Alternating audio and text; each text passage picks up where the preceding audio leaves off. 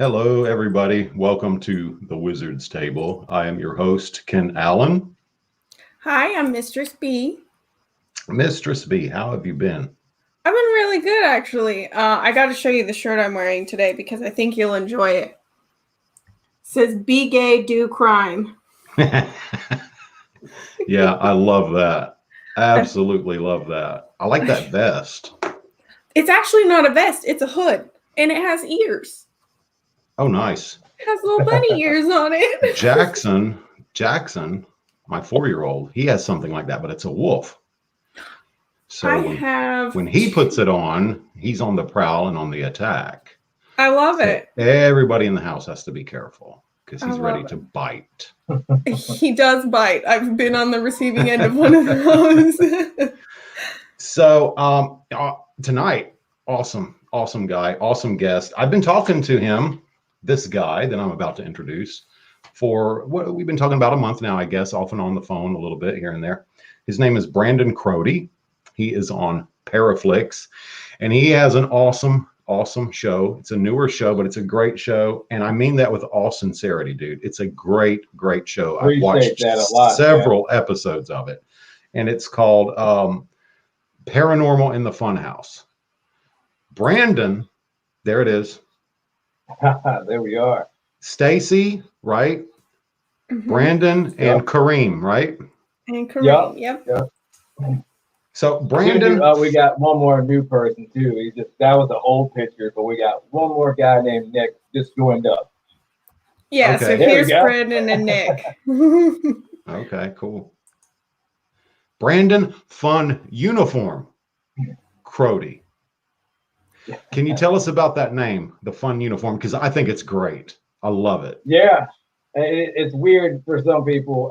So I came from a background of gaming, so it kind of stuck with me because I came from Microsoft. I was a professional gamer, and I was partnered, and that name is the name I chose when I was a gamer. So when I moved over to Facebook and started a ghost hunting series, everybody that knew me, I wanted to make sure I kept that name in there. So all the gamer fans, like they were like, "Who's this Brandon guy?" I want to make sure they know that Fun Uniform's still here. It just stuck with me. A lot of people kept nicknaming me like Fun, and then Fun House kept the name Fun in it. So basically, it's just a name that was made up for gaming, and I wanted to stick it around in the paranormal field as well. Well, I tell you what, it's not a name you're going to forget. That's for damn sure. Yeah, I think man, it's great. A strange name, but yeah, man, it's stuck with me for a couple years now. So go ahead, Mr. Speak. As a nerd, I do want to know, what sort of games did you play? Oh, I was a horror content creator, is what they called it. There's not many that was doing it. I was known for Friday the 13th. I blew up and partnered on Microsoft playing Friday the 13th game and by Gun Media. Not a lot of people get big off that. But it was difficult because it's not easy to find horror games and paranormal games. And I was playing games people never heard of. I had, people that created games for me to play. So it was cool, man. I was just a horror content creator. The whole theme of the clowns, the funhouse, the horror theme, but it was always Friday the 13th.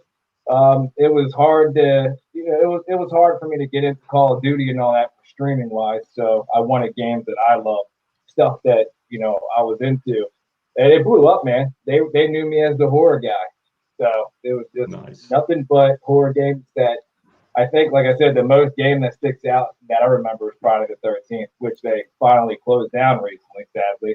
But it was awesome. I loved it. I love Jason Voorhees. My birthday is Friday the 13th. I love that movie, so it fit perfectly. You've always been a little bit of a creeper. Your birthday is Friday the 13th. That's awesome, man. Usually every other year. My birthday's coming up soon, but it's not Friday. I thought it was gonna be Friday this year, April 13th. That's still pretty cool, though. And happy birthday! Yeah, for sure. Well, thank you. I one of the creepiest games that I used to play back in the early 2000s was a game called The Suffering. Are you familiar with that game? Not sure. Suffering. What console was it? It was for the PlayStation. I was can't always with remember. Microsoft and Yeah, you know, I mean, so, I was never any kind of, big time professional gamer or anything, but it was a yeah. creepy ass game, dude. Especially if you smoked a little green and you played that game. Holy shit. I have to look it up. I probably came across it. Yeah, I wasn't really big in PlayStation until recently. I just started playing PlayStation. I never did when I was streaming, and even back in the day, I always stuck Yeah, with Xbox and of course Nintendo. You know, Sega. right. Right. Yeah. Yeah. You can't go wrong with them. So I wanted to ask you, as a paranormal investigator, actually, I want to go back. How did you get started? What was it that did it for you? What made you say, "Damn it, I've got to do this. I've got to make this a life calling"? Because I know you Well, have growing experiences. up in a house. Yeah, we grew up in a house in Pasadena, Maryland, and there's so many stories to it. Pasadena, Maryland was crazy. I encountered, I think, so much there. So it kind of plagued me from my childhood, from seeing grays in my bedroom to hearing people in the attic to windows open, closing to having sleep paralysis, my grandmother being pinned down. Just I can go on forever. But it started there. That's when I first started getting into the unknown and watching shows. Ghost Adventures. I love Zach. He's a big inspiration. So I watched that for years. And then I started doing investigations that were small here and there, nothing big, wasn't promoting it out on social media. But after, I think what really did it was after the death of my brother is what found faith in my life after he passed on. And I realized that I wanted to take this paranormal thing more seriously. So when Microsoft handed me over to Facebook and I signed a contract for a partnership, I gave up gaming and took a gamble. Um, and we started doing for coming the live streams, and they were so it just started from childhood, and it started from the death of my brother. It's weird what death can do and change your life and your career. So I was always intrigued by it. I had a passion for it. I was a skeptic though. I was still a skeptic for a while before I got into it because I wasn't sure what I was encountering or if what was real. I wanted to make myself believe in it more. I wanted to prove to other people there is life after death. And I felt like it was also at first a coping mechanism for the death of my brother. And since I found faith, I felt like others would find faith in it too. So, yeah, Pasadena and my brother, man, is what got me Yeah. into it. And then we got our first nominee, and that's when it really blew up, and I knew I was going to take it more serious. And we should give a big shout out to Natalie Jones also. So, because she Yes, obviously she has yep, a lot of faith in Natalie. what you do. Yeah, she does. She came across me one time, mentioned Paraflix. I'm like, I'm down, dude. That was all. I think she came across on a group or something. She found us and watched Baltimore on Demon House, and I think that was one that got us. She got intrigued by. Yeah, I watched that one. I watched that one yesterday or the day before. I don't remember. And man, evil. A lot of evil in Yeah, that place. What happened to those children was horrendous. And I have no doubt that you yeah, guys were in contact with a demonic presence. I have no doubt. Oh yeah, you could just tell by the yeah, way man. that it was taunting you. And it was It following was bad. Stacy. Yeah, it was. It was weird, man. It was terrible. Get sick. I had a flu symptoms, but me and Stacy felt that way. Kareem didn't. But I mean, he was scared. I was actually angry. I was more aggressive to my team. I never been that way, throwing my equipment around. But yeah, it was just a really bad place. It was disgusting inside, and it was just a bad place in general. And the poor kids, and they had like the doors that locked on the outside, so you can't get out. And then somebody must have did something in there. I believe they were conjuring something else in there. There was dead cats laid out that had flowers around them, and Mhm. it was just strange things like they sacrificed animals in there. But it used to be a nursing home, and then it became a sanitarium for children that were sick and abused. And There was known for 4 children that actually died there, and it was wild, on the news in the past for child abuse and things like that. So it had a lot of history and a lot of, oh man, just a lot. You can feel it when you first walk in. I think it's unfortunate that people who want to conjure something dark just for the sake of the darkness and the evil and whatever power they feel choose these sort of spots. Because when you get into a spot that has that much pain and that much suffering in life and in death, it kind of thins the veil. You can kind of thinking it as like peeling the layer back, just layer by layer.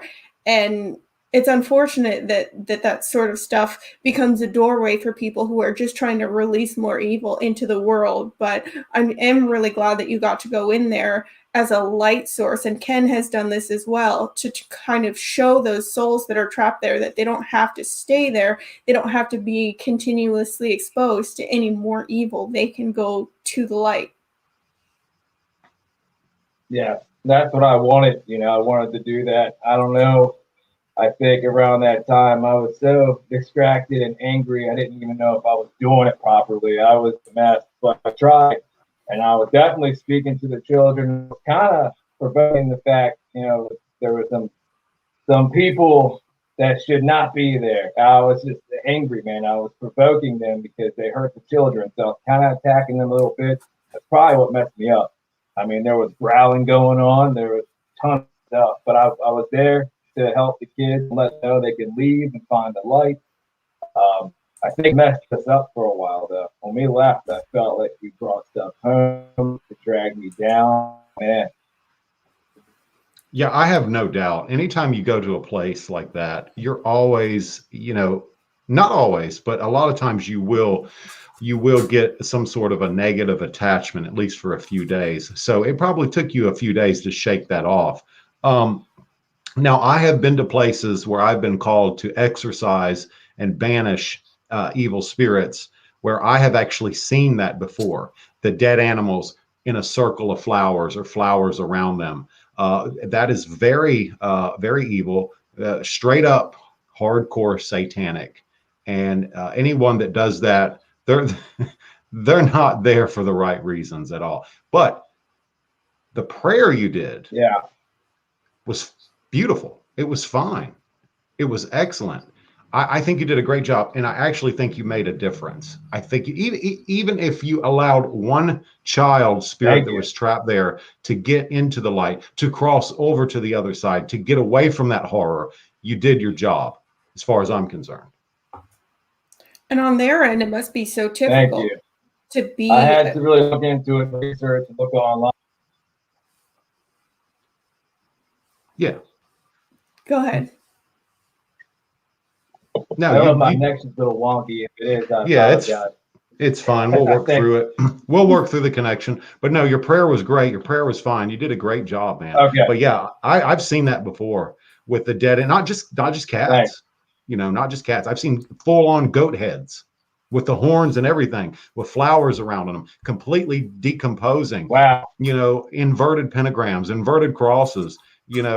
And basically what they're doing is they're summoning demons, more specifically Satan. And look, a place like that, with that much horror, that much tragedy, that much pain, even, the whole stone tape theory thing, because I believe that there was residual as well as intelligent there, not just evil intelligence, but some of those children were stuck there. All that shit combined together is going to draw a very evil, dark, demonic entity. Always has, always will, and there's never only one. They always travel in packs. Demons never come alone. You being there made a big difference, and you saying that prayer, I believe 100% made a big difference. And Stacy, it was after her. I think because Stacy was such a mothering presence.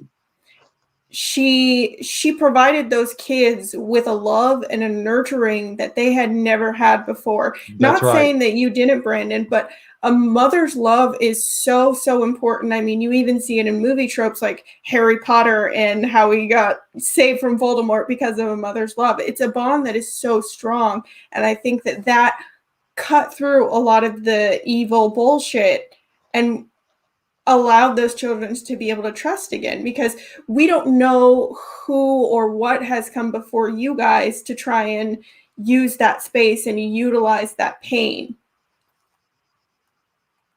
Mm-hmm. Mm-hmm. Yeah, she definitely got messed with there. That's for sure. She even mentioned the fact that she's a mother. She's got kids too, so I'm sure that had a big part in it as well.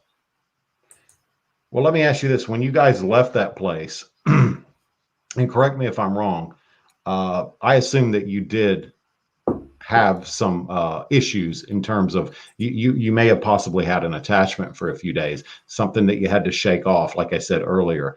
Did you feel that? Did you feel that you had something attached to you, like yucky and nasty and just drawing you down, draining you maybe? Yeah, I, I definitely felt that. I started getting sicker. I think my lungs were getting worse. I think for like a week or two, I was more angry and aggressive, and then I lost a lot of motivation. So something on me, something was with us. That was in our old place, the apartment. Even our cat was scared to come out. She would hide under the bed. She kept seeing something.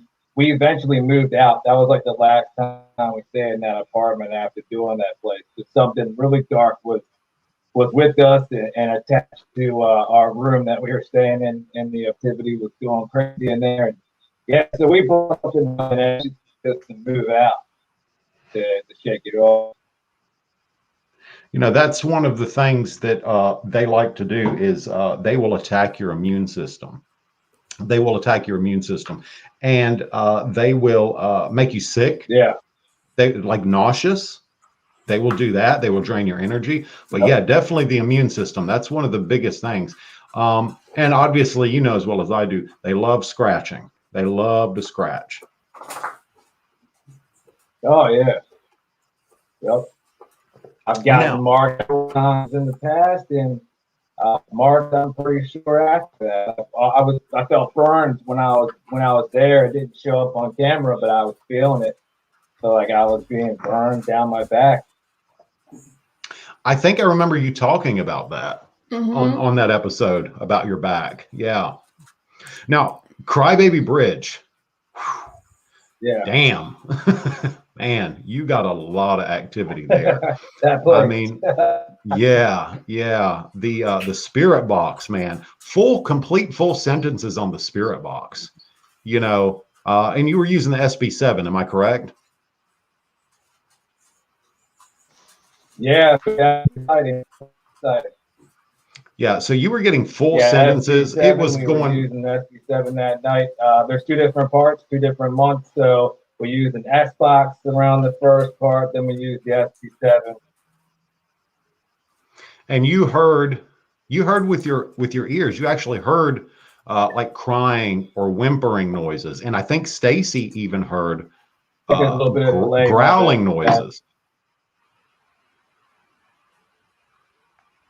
I think he said there's a delay. We're having a little bit of technical difficulties. That's okay. But yeah, that episode, the Goatman Bridge, we'll wait until he unfreezes or whatever. Yeah, I finished there's that a lot one. going on there. We heard several times. Yeah, several times there was. I actually switched to my phone. Do it. I can switch. I think he Let said he me switched to do his. that real quick with the delay. I'll join from my phone, Yeah, go ahead. and there'll be no connection problem. Yeah, All right. that's Cool. fine. Go ahead, do that. We'll wait on him. But excuse me. Did you see the Goatman episode? No, I didn't. I watched them in a different order, and that was one I did not watch, but I should have apparently. I got to the end of the last one we were talking about. And Yeah, the demon house. Yeah. Yeah, I got to the end of the demon house, and that was the second or third episode I had watched. And once the spirit box started kind of going crazy, because before it was all like, okay, that's fine, you know, noises, feel something, that's pretty normal. But as soon as the spirit box started going crazy, I was just like, oh no, get the fuck out, get out of there. Because I watch a lot of paranormal shows. It's something that Gage and I both really enjoy, so we always have something on like that. They don't often pick up music. Right. If you've noticed, like it'll flash through, but this episode there was so much music and it was just getting creepier and creepier, and I was like, no, thank you. Okay, there he is. Yeah, sorry about that. I apologize. Much better. Much better. Yeah, better connection right now. We're good. We're good. Perfect. But yeah, the Goatman Bridge, man, you were getting like full on sentences on the spirit box. I mean, they were just talking to you like crazy. And what was it? The REM pod? I'm not an investigator. Yeah, I'm an occultist, so I don't know much about the equipment, but the REM pod was going hog wild too. It was crazy, dude. It took us 2 months of work to do it. I wanted to be this big thing. We've done a live investigation there, and I think in part of the episode we were live too. So we did a lot of work there, man, and we encountered several times the same thing, but every time got better. So every spirit communication we did was just full-blown conversations. It was intelligent. The REM pod was going nuts. We didn't actually have, we didn't need a lot of equipment for that place because it was just there for you. I mean, we can hear with our own ears the crying from the baby, the woman. There was growling. I mean, you name it. So I believe that the goat man himself was there because what we captured was not from the spirit box, but the walkie-talkie on the side of my pocket. We were trying to conduct the session, SB7. We heard a sound of a goat screaming in the walkie-talkie, which was crazy. I believe that he was a dark presence, and I'm not sure who the goat man really was. I believe he was a serial killer, and he's something darker now. Maybe something demonic, but the place was nuts. That's actually what got us to blow up because it's local here in Maryland, and it's the big urban legend. It hit like 44,000 views, and that's when I was like, dude, you know, I got to make a documentary about it. See right there, the goat man. So we're making our first documentary about this. That's the movie poster right there. So we're actually starting to film, and what our objective is to find out who he was and find out if anybody had any real encounters. I want to find out, you know, and I think the big thing with this documentary is that we have a piece of evidence that nobody knew about, some more stories that nobody knew about that we're bringing to the table, and we're doing something really big at the end of it. So it's kind of like a small investigation at the end of this, but I won't say any more. But that's why we're doing the documentary movie, because of how big Crybaby Bridge got. Yeah, that place was really intense, and like you said, you could hear it with just your naked ear. You know, it was a lot of that stuff wasn't just coming through the spirit box, wasn't on the digital recorder. You could actually hear the crying noises, and also something was throwing things at you. Am I correct? Yes, at one point, I think that was the last time we were there. No, I don't know if it happened more than once, so I don't remember exactly if it was in the episode or it was one of the live streams we did. But yeah, there was stuff being tossed at us. Think about it. It's pitch black dark. You can't see anything around you. It's freaky as it is. And you are in the woods, so you got to remember that things do fall and stuff. But when stuff is being tossed at you and hitting you physically, you just can't explain that. I don't think something's falling from a tree and flying at you because there's no trees above the bridge, or standing on a bridge and there's water. So yeah, things like that happen too.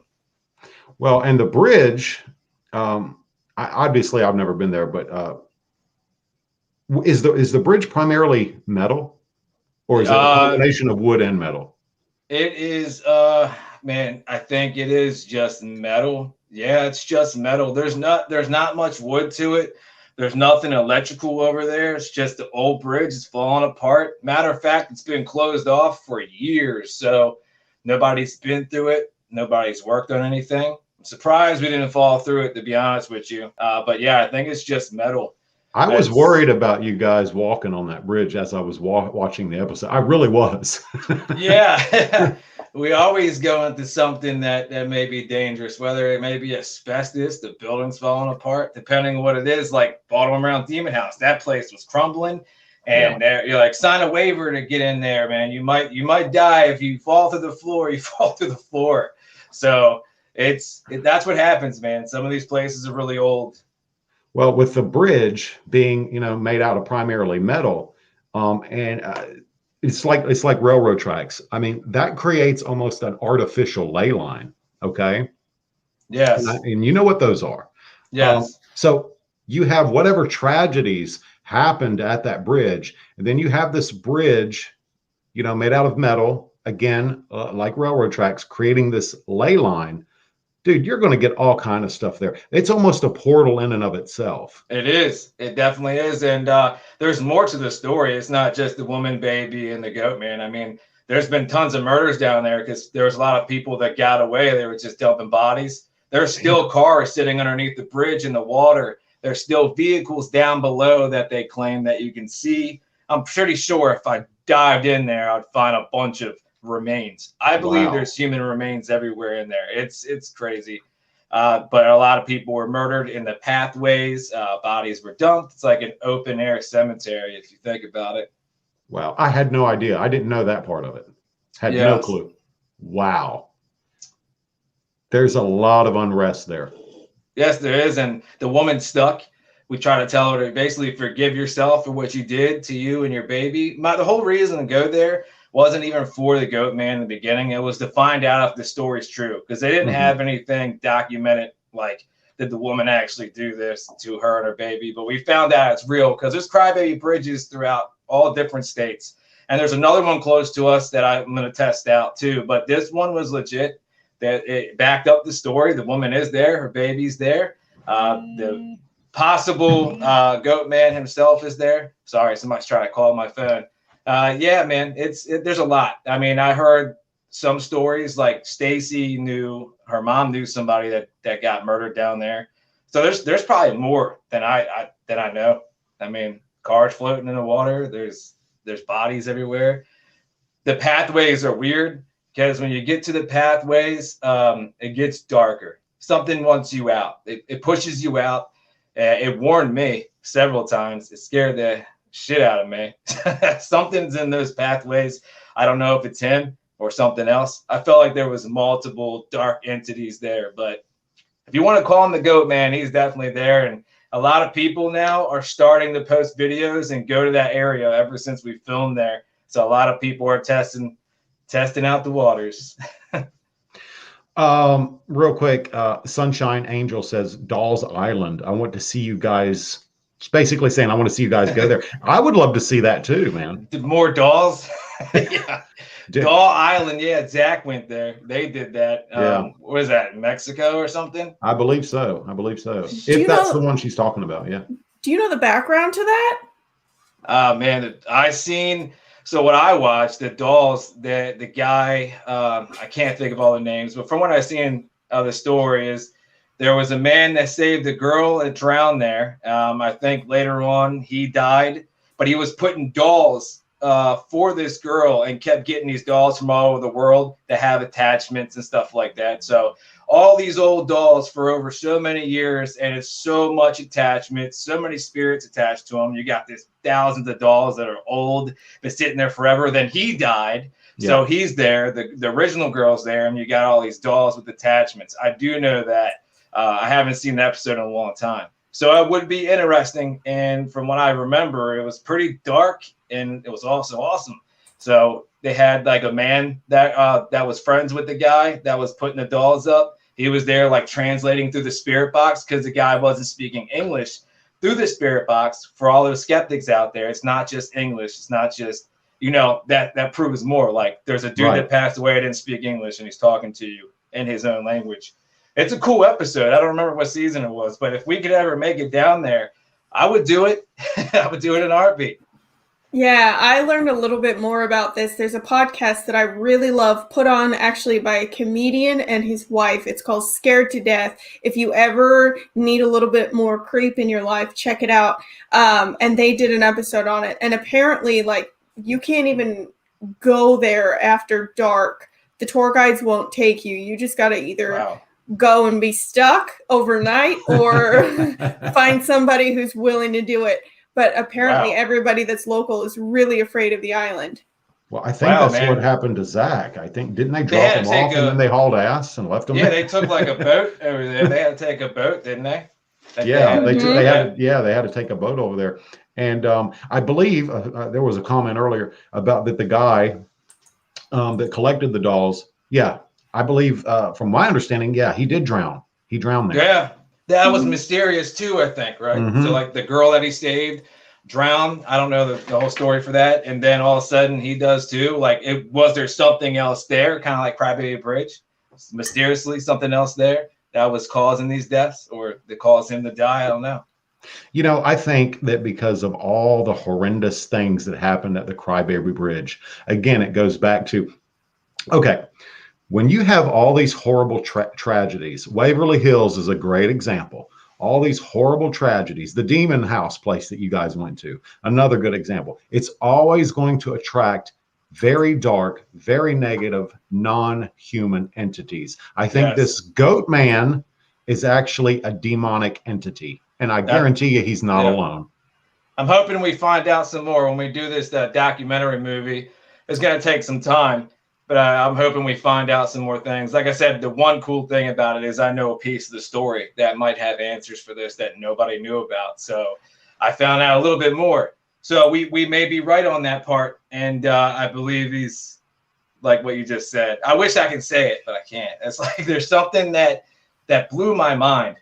Oh, my goodness. And it has something to do with the date that we went and filmed there the first time, too. It all connects. It's so weird.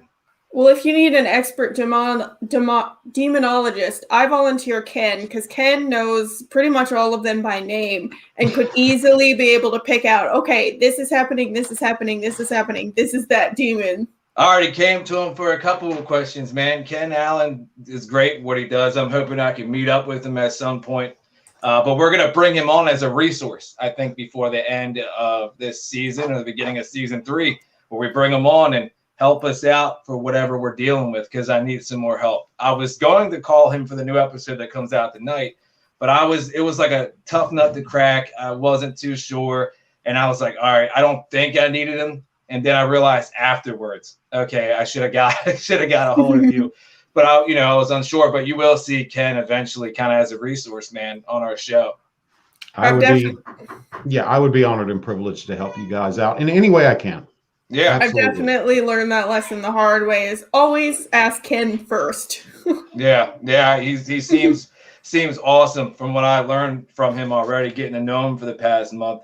I was like, I need this guy. I wish he was closer, but you're located in Florida, so if we do any investigations there, we can meet in person. Like I told you about my grandfather's house, it'd be an awesome place to get to. That's right. I'll pay to fly him and I both. I'll stay at the hotel. You guys can go, and I'll just visit. You're not going to go? I mean, somebody has to hold my hand. So Brandon, Nick, Stacy, somebody's got to hold my hand. You could be with our camera guy, Kareem. He needs his hand held a lot. So perfect. Well, now he got affected. He gets affected too, and particularly at the bridge. I mean, it's rare with him, but he did at the bridge. And I was just looking over that recently. I was like, I forgot all about that. I was sitting there like still investigating. I'm like, hold on. At one point, I had to take over the camera. He's sitting there getting real bad. You can hear him panicking. At one point, that was like the second part. So it was like the second month. Yeah, he starts freaking out. He's on the bridge. He's hyperventilating. His chest is hurting. He got messed with there. He has a couple times at places like Waverly Mansion. That was known for Plantation for season 2, episode 1. He was messed with there. It's a few places. It's rare though, but he's usually just scared. So yeah, makes it entertaining. But you know what? Being scared like that, also, I from experience, and other occultists, new occultists, people that I'm training, because we all deal with spirits. Yeah. You as a paranormal investigator, you would deal with spirits. As an occultist, I deal with spirits. We do it in a little bit of a different way, but fear really attracts spirits, especially the negative spirits. Yes, they feed off it. Yep.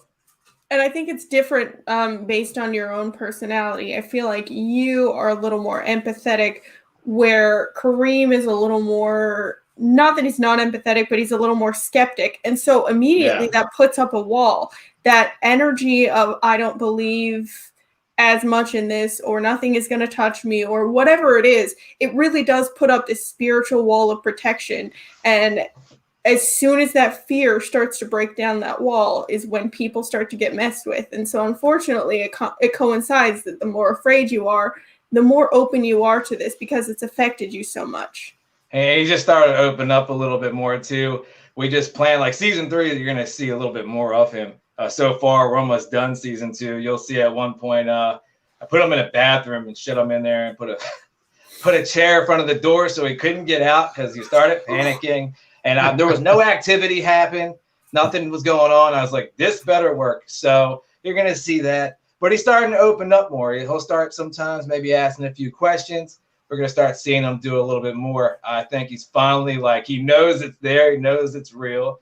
He's less afraid unless we go to a place that's like a Skinwalker Ranch or another Goatman place. That's the only time he's really freaking out. But to keep it entertaining, I just like the audience knows how he is, Mr. Scooby-Doo. I have to put him in positions, But I had to. Well, don't worry, guys. I did it to myself too, because the same night for this place called the Mitchell House, it's not out yet. Not only did I put him in the bathroom, but I actually put myself finally alone in the room, and you're gonna see me freak out. So, so I got paid back. Maybe I should go with Kareem. It'll be Kareem and Mistress B's adventures, and it'll just be him being not afraid and me being way too afraid. Stacy just got back too. Let me holler at her. Hey, Stacy, we're on a podcast with Ken Allen. I forgot about it today. We're live right now, and they want to talk to you in a minute too. So I'm gonna bring you in here. All right, so she is back. Yes, we definitely want to talk to Stacy. They love you, and you always have stuff happen to you. I tell you what, though, Brandon, I would love to see you guys go to Stardust Ranch. Stardust. I remember you brought that up to me. Mm-hmm. Isn't that's the one with the aliens and stuff too? It's right? got the grays, it's got the dead, it's got demons. We thought about it. We talked about it after me and you spoke about it. Then I found out there's actually a place nearby similar to it called Loch Raven in Maryland. Oh. And it has UFO sightings from last year, this year, from the past, to alien sightings, to actually being haunted because they find dead bodies all the time for no answers. So it'd be an investigation plus tracking down the aliens. I'm down for it. So I think the Stardust Ranch thing, that gave me the idea to look around. So I'm glad you brought that up to me. And then I started watching Zach's episode again when he had Dakota on there and stuff. And Dakota and Aaron saw a bunch of weird craziness. That I really want to get there. I forgot where it's located, but I want to go. Yeah. Dave Schrader was on that episode too. Remember they dropped him off and left him alone. He's like, Zach's like, what are you doing, man? So what if you just get, picked up by something? He's just like all nonchalant about it. I'm just going to stand here by myself, leave me here and let them take me away. Yeah. No cell phone, no walkie-talkie. No. Yeah, dude. I really like Dave Schrader though. He's great, man. He's got a great podcast. He's doing great on Holzer Files. He was in Maryland recently, too. Really? One of the episodes. Yeah, because the Holzer Files, he had to go back on this case from this house in Maryland, not too far from me, which I want to get in contact with those people of that house because nobody knew about it until Dave did it. So I'm pretty sure they've been hit up by a bunch of investigators by now. But I was cool. I think he was in Sykesville, Maryland. That's not too far. So he was down here. I think that was pretty cool to see him over here in my state. Yeah, dude, he's a legend. He is. He's great. He's great. A lot of respect for what he does and how he does it. He's very compassionate, not with just people that he's helping, but also with the spirits too.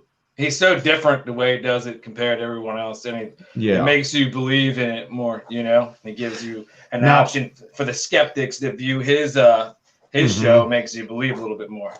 Now, how often do you provoke, if ever? Well, apparently to cream all the time, but I think I do it if it was known to be hurting a family, if it's tormenting the family. Mhm. If it was something dark, I do it. Now, if there's no activity, I won't really provoke, but I guess I can. If it's dead, I won't be mean to them. I just Right. kind of, a little bit. But I think it's mainly if like we're at home and the family's been tortured and tormented, or Baltimore, Maryland Demon House, for example, or Glen Burnie haunting. So we usually at private residence because we're doing private residence because something bad's going on. Like the episode coming out tonight.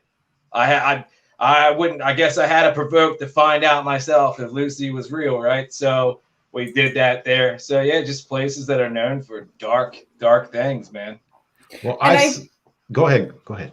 I think for the viewers that it's important to kind of talk about the distinction between asking questions and provoking, because asking, are you here? Who are you? Basic questions, that's not provoking. A lot of people think that investigators that go in there and say, oh, who are you? Where are you? Are you here? That they're provoking it. But really, really, really provoking a spirit is more of like shit talking to you and I. It's like, you're not going to do anything.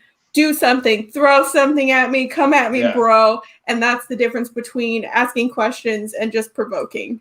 I think when I started, I made rookie mistakes. I'm doing it more. I do it less now, but it's just like Zach. Look at him; he's a legend. And Zach, when he first started, he'll take off his shirt, be like, "You want to fight me, Ghost?" I mean, I don't do that or anything, but I do. Like I said, I use provocation and yeah, it's kind of like shit talking a little bit. If you're hurting this person and hurting that person, I did it in a few locations that, like I said, that was dark there. So I'll be honest with you, okay? And I'm not at all joking in any way, shape, or form. Everybody may think I'm joking, but if I was going to provoke a spirit, I wouldn't take off my shirt. I'd take off every damn thing I got on, and I would run around in a circle naked. I'm serious, dude. Absolutely. I'm serious. Mistress B knows I don't give a damn. Why? So what would be the reason on that? Exposure. Exposure. Just exposure. Right? Yeah, just the vulnerability. The vulnerability. Oh, okay. I get it. That's why that's new to me. I could try it if you guys would like. I don't know if it's allowed on Paraflix, but just full moon a specter or an entity and see what happens. I guarantee you, into like a werewolf or something, man. Naked and afraid. Yeah, like the show. Yeah. Absolutely. Oh, that's great. That's fantastic. Where's Stacy at? Tell her to come on in. Stacy, come sit your butt in this bathroom and do a podcast. I think it's so great that you're in the bathroom doing a podcast, dude. Yeah, I know, right? I'm gonna see if I could turn it this way and oh, there we go. See better. Let's see here. I like your shirt, by the way. Oh, thank you. I'm gonna try this. Hold on. Or you can just kind of do this. Here we go. That's good. Now you can sit down. Here you go. Let me back out of your way.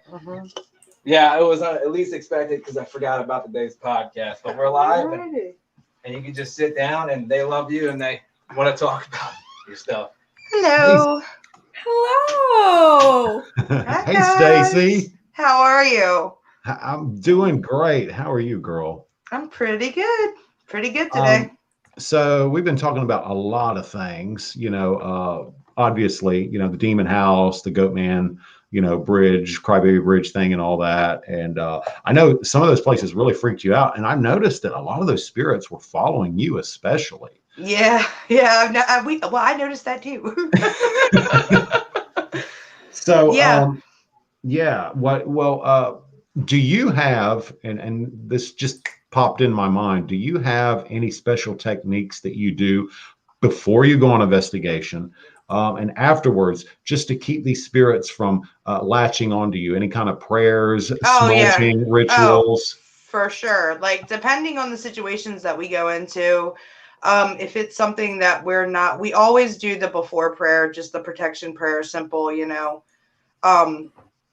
just a simple prayer. And then like once we're there, depending on what we find, like if it's kind of on the evil side or demonic side, I do the cleansings with I do the smudging, I do all that, even if it's outside, inside, the whole 9 yards. I make sure I do that.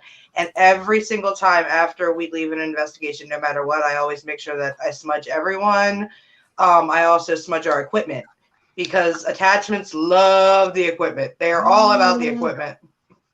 Okay. And Sorry about that, guys. What do you smudge with? Because I know that if you use sage, it kind of kills any energy at all. But I know that if you use things like lavender, it'll kill the energy and then replace it with positive. So just out of curiosity, what do you use? Honestly, I just do the with the smudging, I just go ahead and use the typical sage. And like as a protection, just an extra kind of protection, I make sure that myself and all the guys have, or whomever is with us, has the Himalayan sea salt, the pink Himalayan sea salt. That's like amazing stuff. Like everybody's like, no way. And I'm like, serious. It is. Throw a little in your shoes, throw a little in your pockets, you know. Absolutely. Yep. And that's what I do. Absolutely. And a little trick that I told Brandon, almost a month ago, I guess it was, put a little bit of sage inside your shoes.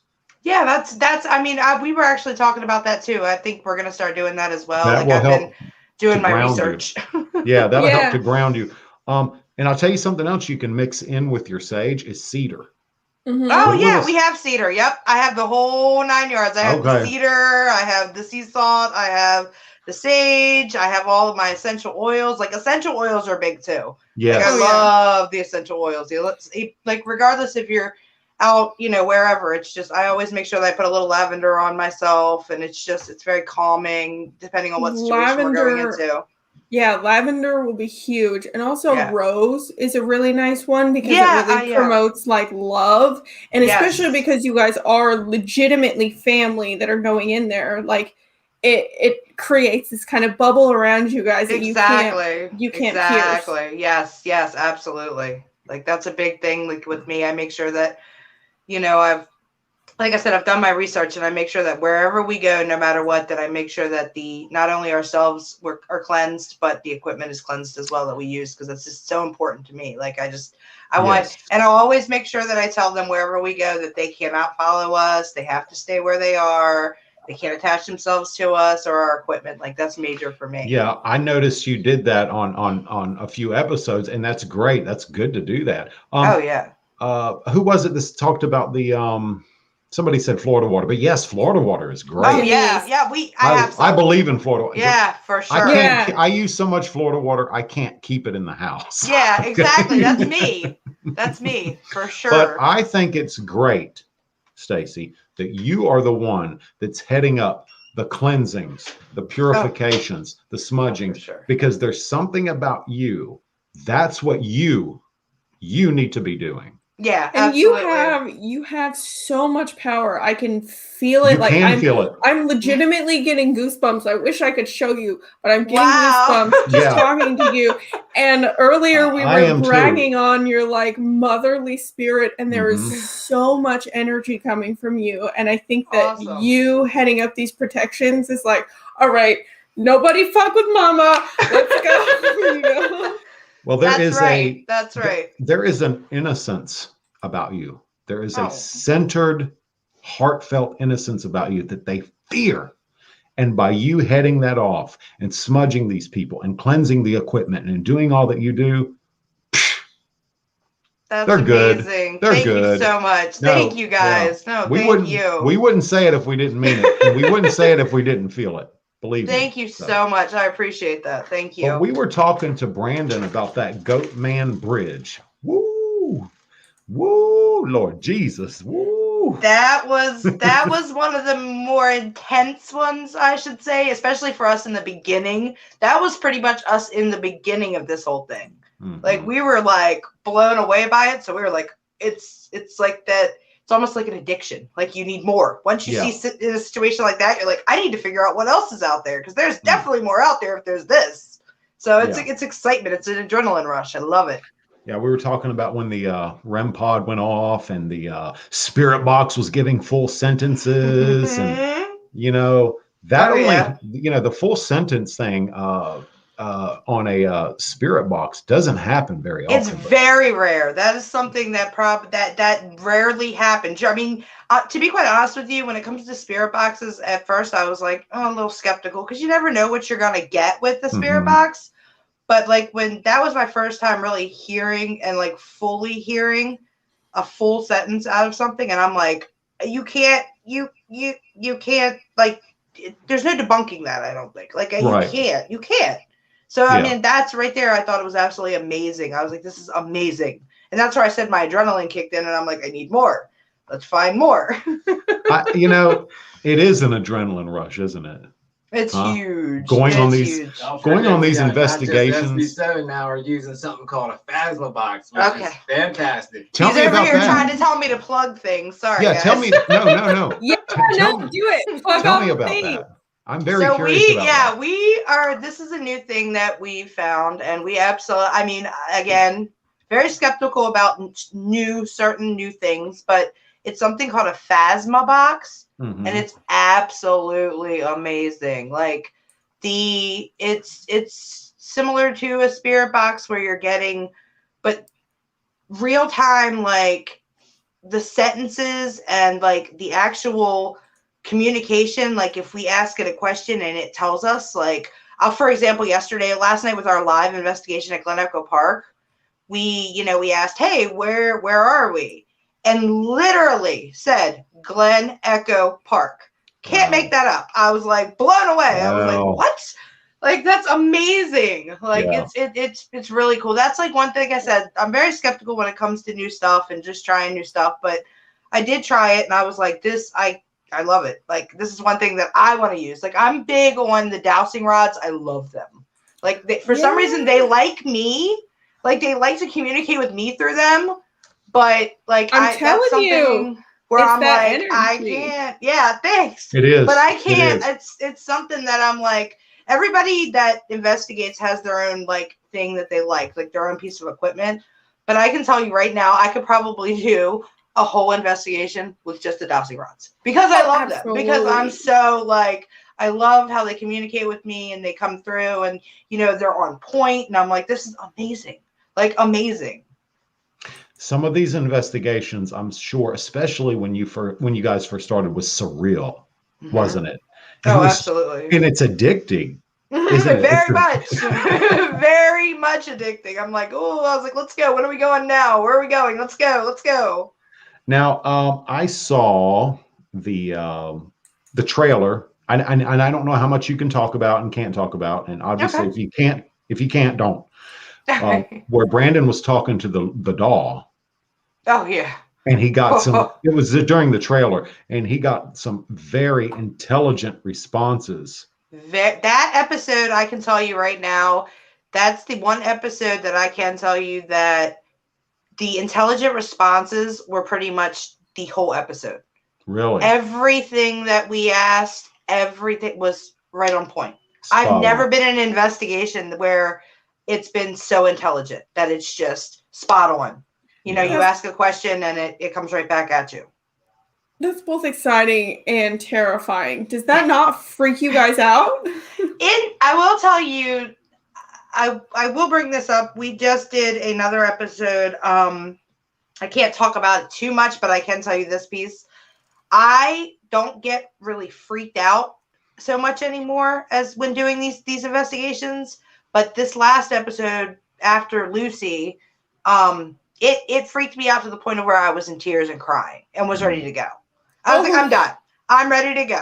Like, and I don't do that. I'm usually the calm mom. Like, we got And I've this. noticed that you are pretty calm during the investigation. Not this last one. This last one absolutely frazzled me to the point of where it was actually messing with me physically and mentally.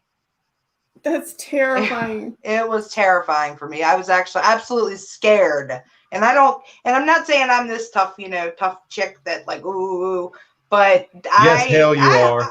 Yes, you hell are. you are. You absolutely Yes, you are. Yes, I hold my own, but I will tell you this last one definitely got to me for sure. Yeah. For sure. Yeah. And Well, if it involves children, I think it's right. like, and it's that mom thing in me. Mhm. Like if it involves a child, I feel like I'm more emotionally attached when it comes to that child. Like I want to be that mom figure and jump in there and comfort the child that's coming through, or you know, whatever the case. It's just that's the only thing that really does get to me sometimes, is where I'm like, oh, I want to fix it. Like I want to make sure everything's Right. okay. Yeah.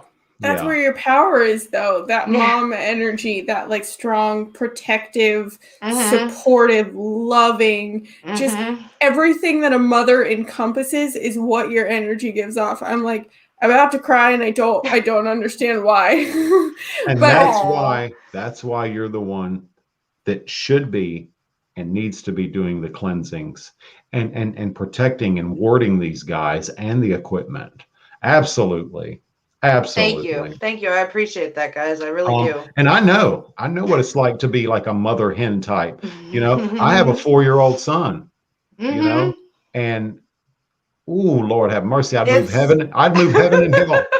I would move heaven and hell. Yeah, I have a 13-year-old son, and I also have a 7-year-old son, and I'm like mama bear. Like you don't mess with my babies. Like you mess with my babies, then we got a huge problem. And you don't want that huge problem. Yeah. Yeah. And so now, how long have I don't know if I asked Brandon this or not. I may have forgot, but how long have you guys been actively investigating?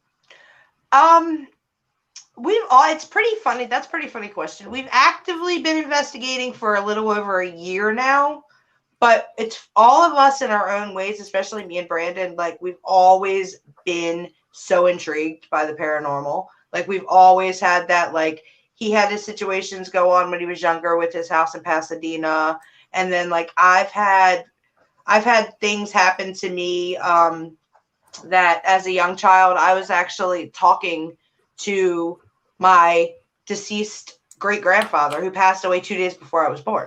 I mean, I'm having legit conversations with him, like, and I can still remember these things. I was 4, and I can remember like having conversations with him and seeing him. And ever since then, like I said, it's just been something that I've been so intrigued by, like just something about it. Like, and my thing is if I don't know how other investigators, why they do what they do, but my thing is the reason that I do what I do is if I can help some other families. Like if there's somebody out there that needs help, or if there's somebody that wants to communicate with their loved one, you know, I will. That's what I want to do. Like that's what I want to be able to give to someone. I love the fact that you guys are fresh. You guys are clean. You guys take it from a different angle than a traditional, you know, if there is such a thing, traditional investigator. You guys are so professional, you know. Yeah, thank you. We try. Well, you are. To have only been doing it for, you know, that period of time, is so professional and instinctive. You guys have great instincts. Thank you. I love very that. much. I like the fact that you don't edit out when things don't happen. Yes. Right. That's our main thing that we all agreed on. We were like, we want to be able to show people that not everywhere you go that something's going to happen. There's not going to be something thrown across the room. There's not going to be, you know, crazy noises, crazy sounds. Like we want people to be able to see that side too. Like, we don't want to edit anything out. We don't want to be like, hey, well, we can't show this because nothing happened. Like that's not what we don't like it. And I feel like it adds, like Ken is saying, it adds so much credibility and realness, because in reality, I mean, we've talked to several paranormal investigators, and we have several friends that are paranormal investigators, and sometimes nothing happens. That's just how it works. Or sometimes it will take hours between happenings. And I know that a lot of the shows that people see, it's this happened and this happened and this happened and this happened, but in reality, those happened over a 6-hour period. And exactly. Yeah, that's my thing. Is like people are like, you know, you guys, everyone's getting a 45 to 50-minute episode when reality we've been out there for 12 hours. That's right. Filming. We're like, you know, we're filming for 12 hours, but what you're seeing is the 45 to 50-minute episode. Yeah. But it's a lot of work. Like I tell people are like, oh, that must be so much fun. You don't really. I'm like, no, it is a lot of work. Yeah. Oh yeah. Yeah, and a lot of these shows, particularly like on the Travel Channel and stuff, it's, you know, boom, boom, boom, boom, one thing after another thing. That's not how it happens at all. No, not at all. No. Not at all. That's why I was telling Brandon, like, I like it to whereas like we can show the entire thing. Like we have a period of 10 minutes where nothing's happening. Like I love nothing. it. We're just, and then something happens, boom. Like that's what as a viewer, that's what I like to see. I don't like to see something that's like boom, boom, boom, boom, boom, It boom, builds over. anticipation. Oh, absolutely. I love that part. That's my And favorite it's part. real and it's credible. And that's what I like about you guys. Absolutely.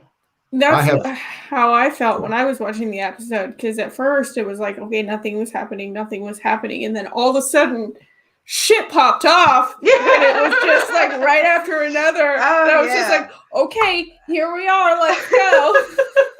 Well, when that REM pod went off again, because I'm going to keep bringing it up because it was amazing. When that REM pod went off, and when that spirit box kept saying those full sentences, I had my phone like this, and then I was like, wait a minute. Oh shit. Oh shit. Like that's really happening. Yeah. Yep. And I don't remember what you were saying, but I mean, obviously you were there. Kareem I guess he was doing the camera thing. Yeah, poor Kareem. Poor Kareem. And Brandon was hearing the crying with his naked ears. Mm-hmm. You know, it wasn't through any kind of equipment. He was hearing it straight up. Oh yeah, like we heard quite a few things like without using the equipment. That's what I like, because I like to be able to be like, wow, like I heard that, you know, through the naked ear, no equipment, no nothing going, no EM pump, no, you know, nothing to bring it about. It just literally naturally came. And I was like, that's amazing to me. Like I love that. Like I love to be able to be like, oh, I heard that. Like that's something that I heard with my ear. Like nothing made it happen. Nothing, you know, was caught. Like it's just that's what I like. I guess I'm old school. I don't know. No, I think it's great too. I mean, when you hear something like that and you don't have to have equipment to hear it, Jesus Christ. Yeah, absolutely. This actually leads into a perfect question, and I was going to ask Brandon this, but I guess I'll ask you, and when Brandon hops back on, I'll ask him. Have you ever been fearful for your safety or your life at any of these points? I definitely, like I was telling you, I'll hit on that earlier, but I mean, the last episode that we were at, I was pretty fearful. Like that actually, that scared me. Like I was like, you know, this thing is gonna get me. It's gonna hurt me physically. Yes. All the rest of the places, I was kind of like on the fence with it. Like, for example, Crybaby Bridge. Like it definitely gives you the spooks to where you're like, you know, looking around and you're kind of like more on edge than a normal other place because we're outside, we're surrounded by woods, like the whole 9 yards. But for some reason, the spirits like to mess with me physically more than anything. Like I've gotten physically ill. I've puked. Like it's. I mean, they like to mess with me for sure. Of all of us, I'm definitely the one that physically feels the ailments from it. Yeah, and it's like I was telling Brandon earlier. A lot of these spirits, particularly the non-human spirits, demonic spirits, even elementals, which are not demonic, but they're still spirits and they're still non-human, will attack your immune system. And by attacking your immune system can make you sick. Oh, very much. And make you nauseous too. So, you know, God only knows what kind of non-human entities you're dealing with when you're at this Crybaby Bridge. Because as I was telling him, it being a bridge made out of primarily a metallic material, that creates an artificial ley line. Absolutely. Yes. There's a lot of residual energy. Oh, yes.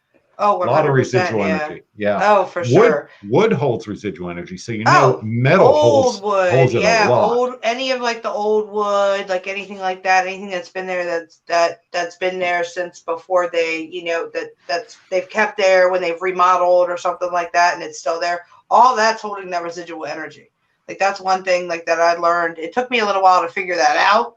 But when I learned it, I was like, you know, wow, you can definitely tell. Like, and you know the difference between the residual energy and like the what's going on now and what's, you know, it's pretty intense. But I will say I was talking to Brandon about us doing, we've been talking about this. We haven't, I mean, we've discussed it, but because we have since COVID happened, like we have so many more people that are into the paranormal now, like that are watching more of the shows and get the equipment. They are. So like we were actually talking about trying to find an office space to start doing like paranormal ghost tours, like using our equipment, having people sign up. Like we just think it's pretty cool. Like so many people are asking and so into it. So I'm like, you know what?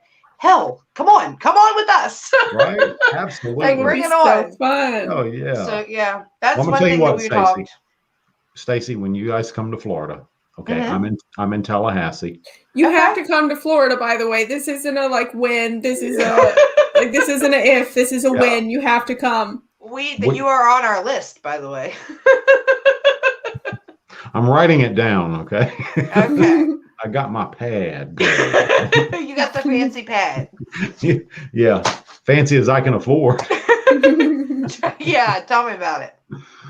So, do you guys have 2 headphones? 2 sets? No, we don't. They can share though.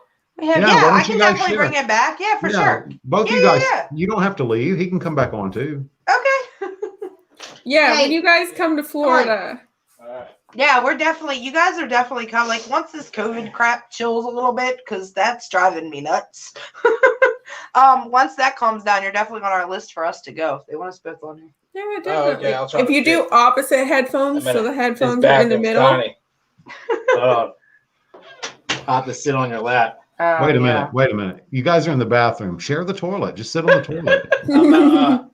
I'll do this. Just a B-boy squat. Yeah. This is love. The kids here. That's why I was hitting the bathroom. Stacy said, "This is love." I think I can crouch. Hold on. Can you crouch? Oh no, I look tiny. What? I look tiny. You are tiny. Why? I'm like this. This is weird, right? No, it's okay. You'll be tiny. So, Brandon, do you ever shave, or do you always keep this going on? Oh, that's a must. I just trimmed it last night, but I won't shave it completely off. It used to be down to like my chest, but not anymore. So really? Yes. Yeah. True story. Yeah. Do you have any pictures of that? Yeah. Yes. It's on Facebook, probably far away somewhere. Yeah, I had to go. I was like, just do it a little shorter. It looked like Duck Dynasty. He did. He really did. It was pretty gross. No, not Duck Dynasty. I look like I got attacked by a werewolf, and I took Goatman's DNA and took a shot of Rogaine along with it or something. Yeah. Okay. Speaking of the Goatman's, I'm glad you brought that up. The Goatman's DNA. What is the story about the Goatman's DNA and how all that crazy shit got started, Brandon? I gotta go make sure he's okay. Can you let yeah. Let me take her seat for a minute. Yeah, share the toilet. I'll be right back. Share the toilet. Yeah, I mean the story goes back to basically a science experiment gone wrong. There's several stories. Now, they believe that the scientist that worked at a DNA research lab that's somewhere here in Maryland, I don't know the name of it, they said, yeah, Beltsville, that's what it is, that he shot himself up with goat DNA. Damn. And he was angry. My God. I mean, so if I get too deep in the story, it might ruin some of the story, documentary. I'm trying to say it without ruining it. Yeah. Basically, they think he shot himself with DNA. There's also another story where he was a farmer breeding goats, something like that. But I kind of like the DNA story a little bit better. Wait a minute. Stop. Stop for a second. Breeding goats meaning? She can answer that one. I don't know if it's like sex. Yeah. Yeah. Oh, God. I don't know. I don't want to like say it wrong, but that's what I heard. I mean, there's several, people who make stories up too. So yeah, the DNA thing, basically you're looking at like Oscorp and Spider-Man, and they had a bunch of things happen at this research lab. Is real. A bunch of animals got loose. They were doing cloning. They were doing all sorts of things. So wouldn't put it past me if it's possible to use goat DNA in your blood. Now, will you come out this giant goat? Probably not. You'll probably be pretty screwed up, though. I mean, well, they clone. Okay, I don't know. And look, well, it's kind of like ligers, like lions and tigers. They can make them. They can't reproduce. Yeah. Well, okay. I don't know. I'm not a geneticist. I'm not even a scientist. You know, I could give a shit less about science unless it's occult science. But yeah, I had heard that several years ago, at least well over 10 years ago, that somehow they had spliced genes with a spider and a sheep, and a sheep came out that would, you know what I'm talking about, Mistress B, right? Mm-hmm. And the goat came out, and it was what was the percentage? The goat was some kind of 100,000% spider or some crazy shit like that. Yeah, yeah, it was like one. Yeah, hell? I think 1/1000th. 1/1000. This sheep was 1/1000% spider, and they actually used the milk or something from this sheep to create bulletproof vests. Mm-hmm. What the fuck? I never heard of this before. That's fucking nuts, isn't it? The science behind all this crap is incredible. I mean, who the hell thinks like that? Oh man, I wish I could make more of me at least. I'll do that. That might help. Hey, they can do that in China and Korea. They've been working on cloning baby lambs and stuff for a long time. No, I'm gonna tell you what. Cloning's probably been here since day one. It's been here a long time, and I tell you what. They supposedly put a prohibition against cloning humans in the United States. That's bullshit. They've cloned people. Come on, man. You just never know. If you can clone a cow, a sheep, a horse, whatever, you can clone a human being too. I think the only difference is that there's a psychological debate to it because the whole nature versus nurture thing. So you might end up with a clone, but the clone might be completely different depending on how it's nurtured. Oh, it might be an evil bastard. Have you seen the newer movie? Keanu Reeves has Replicas. That's a cool movie where he's cloning his family that just died. That's it. You gotta see it. I just watched it. It's called Replicas. And it's Keanu Reeves. They could have done a better job. Like it looked like it was kind of lower budget, but it was really good. Just wrote it down. Yeah, watch it because I saw it not long ago. Speaking of cloning, and it reminded me of the Goatman story a little bit because it had to do with the research lab and stuff. He's a scientist. They were working on cloning soldiers that died to bring them back and put them in like these robot forms or whatever. But then his family died, and he has like this tank of all his family and kids in this tank and growing them. And can you step out here for a second? Oh yeah, that's cool. I'm gonna take the camera out this way so the kid can use the bathroom. Okay. No, sorry. It's awkward. Can we say hi? Yeah, Landon, where are you? Keeping it real, baby. Keeping it real. Oh, baby Brandon. Well, it's actually my stepson, but it looks like me a lot. He does look like him. Hey. Let's say hi real quick. Is this the one who cut his hair? He just he cut his hair. Hey. Hey. I like your haircut. I used to have that same haircut. Yeah, he cut it with scissors or whatever. And then they had to shave. They had to shave it off. So I did that when I was a kid too. Yeah, he's done it. I think Tyler. I just hope that God mine doesn't do it. Did it too. I hope mine doesn't do it because he's got hair past his knees. He said he's got hair past his knees. He don't want to cut that off. Oh no, it's beautiful. He has the most perfect golden curls. He looks like if you could take a baby angel, he looks exactly like that, except he bites. Except he bites. My hair grows out long, it gets curly. I hide it. Mine's curly. I don't like it. You're not you're ashamed of your curly hair? Don't be ashamed of that. I am ashamed of it. No. Yes, I am. I look like I got clown hair. No wonder part of the fun house is looking like clown hair. No, it'll be great. Just dye it a fun color. Dye the whole beard and the eyebrows. Dye it. Yeah, maybe for season 3 trailer, I'll do it. There you go. Perfect. There you go. Oh my God. But yeah, the movie, he's basically his family dies. He brings them back, except one, because he doesn't have enough room for his daughter. It's a messed up story.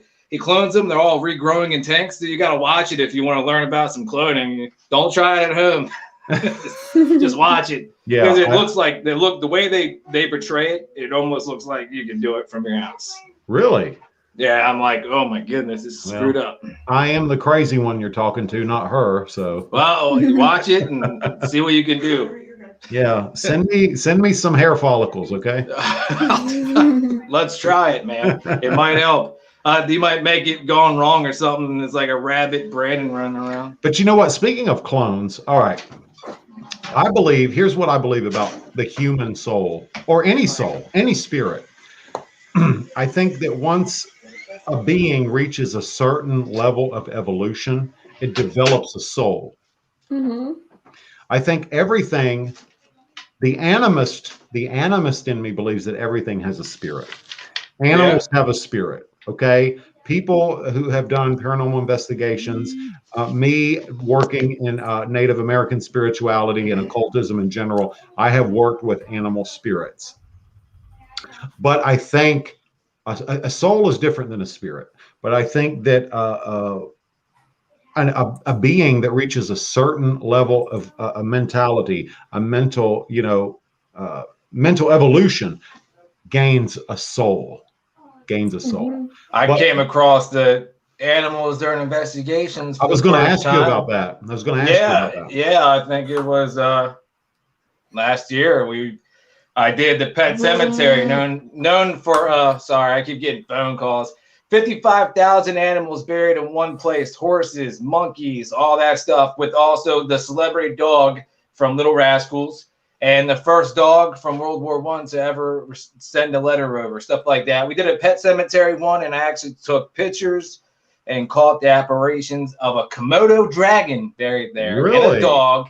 Yes, and we got in contact with some of the owners talking about their animals, and the actual dog would roll the spirit ball around. That was the first time I ever encountered something that were animals. That's fantastic. I don't know if we encountered it before or any other time. I don't think, but that, I was skeptic over investigating that. I think it was going to be an episode. All of our stuff's different. Production quality's better, so I just never really released old stuff like that because it wouldn't suit where our show is now. But we could always go back and do Pet Cemetery and make that trailer like the movie or something and get it intriguing and like try it again.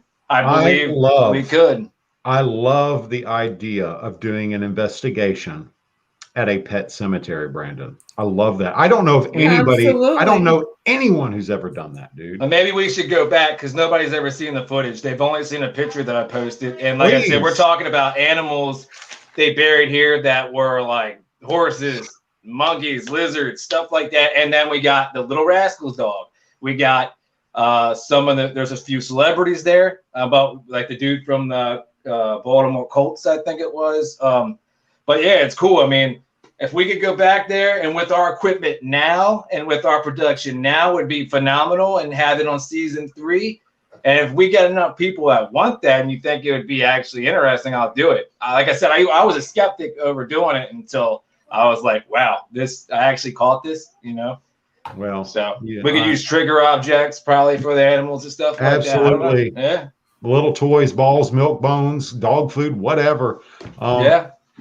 Catch a couple cats and tie their tails together. I don't know. But no, seriously, though. I mean, no, I would love to see that, dude. Nobody's doing that. Nobody's ever done that I'm aware. We could always do a live event there. We only do live events now once in a blue moon like we did last night. If the fans, been waiting for it, like the Lunatic Asylum coming up, we could probably do something like that live. Or would it be better to do it as an episode so it has that eerie vibe to it, kind of like the movie? If you want my opinion, I'll give you my opinion. My opinion is do it as an episode, dude. Yeah, I guarantee you're going to get some activity, bro.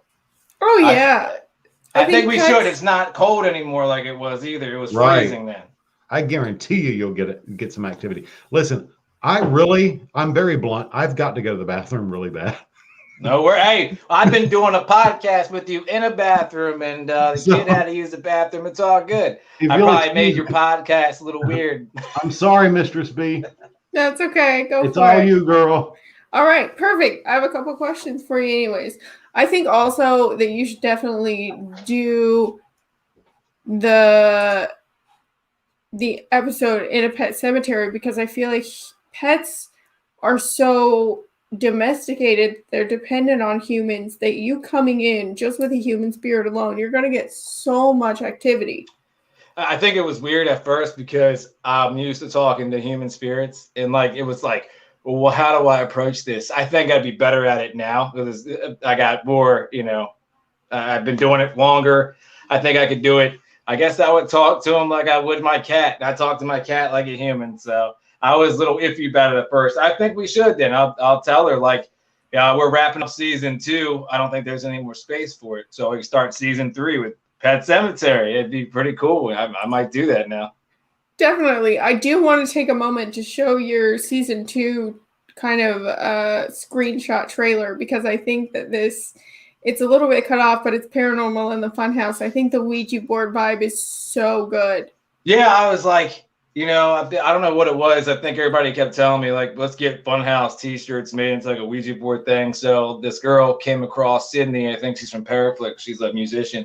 She just made artwork. I needed it quickly, get it done. I didn't put a lot of thought into it, but it came out well. And yeah, I loved it. I think season 3, we're going to take more of the Funhouse look. And even with the trailer, the Funhouse look, balloons and everything, we're going to go more in depth into it. But I didn't mind it. I like it because people were trying to tell me to get t-shirts made of that style. So why not do the season cover? You definitely should. I think it's great. And you do have t-shirts made, actually, correct? Yeah, we almost sold out, but I'm wearing it right now, and I have it here. It's called Funhouse Mafia. And literally, we were selling them $10, just $10 a pop. And then we sold them for $15 each. They get autographed and signed. About $500 worth of orders came in on the first day, and I didn't think it through. So we only have a few left, but we still got plenty of the Goatman movie posters and Funhouse Paranormal posters. But those shirts, if you want to order one, contact me. I'll see if you still have one in your size. We'll probably have to restock. We're about to bring a whole brand new store in, and they'll probably be able to buy them through our store on Facebook eventually. And I'm getting ready to do something really big that's like a second thing I can't speak about, but it will be interesting to have those released too. So yeah, okay. Funhouse Mafia. Yep. Do you still have them in my size? What size? Small, medium, large, extra large, doesn't matter. I'll wear it. Medium, I think there still is, and large, I think there might be. I'll double check. All you gotta do is hit me up, remind me your size. A lot of people are doing that, and I'm like, man, shit. I didn't realize that all these people are going to want these autographed shirts, which made me feel great. It felt great, but I didn't realize it was going to go that quick. So we'll have to restock ASAP. Save one for me. Ken doesn't count because he went to the bathroom. So he said he's back. I'm back. I'm back. No. But save one for me. No. Oh my God in heaven. Dude, no, for real. Say one for me. I'll wear that shit to jury duty. See, I'm Italian, right? So it's got the Italian vibe to it. Yeah, I love it. Yeah. So kind of like a greaser head in a jar. It's a corpse, Funhouse Mafia. That. So actually, I'm Sicilian. Yeah, me too. I am too. I knew you were. Yep. Yeah. We are. Apparently, my brother, he went and did this DNA thing or whatever. It's trying to say he has some Siberian in him, and I'm like, I don't know. Wait. No, let me tell you something, dude. I did the DNA thing, and it said I had some Siberian in me, brother. Really? I swear it did, dude. I wonder if it's like just there's Sicilian heritage somehow.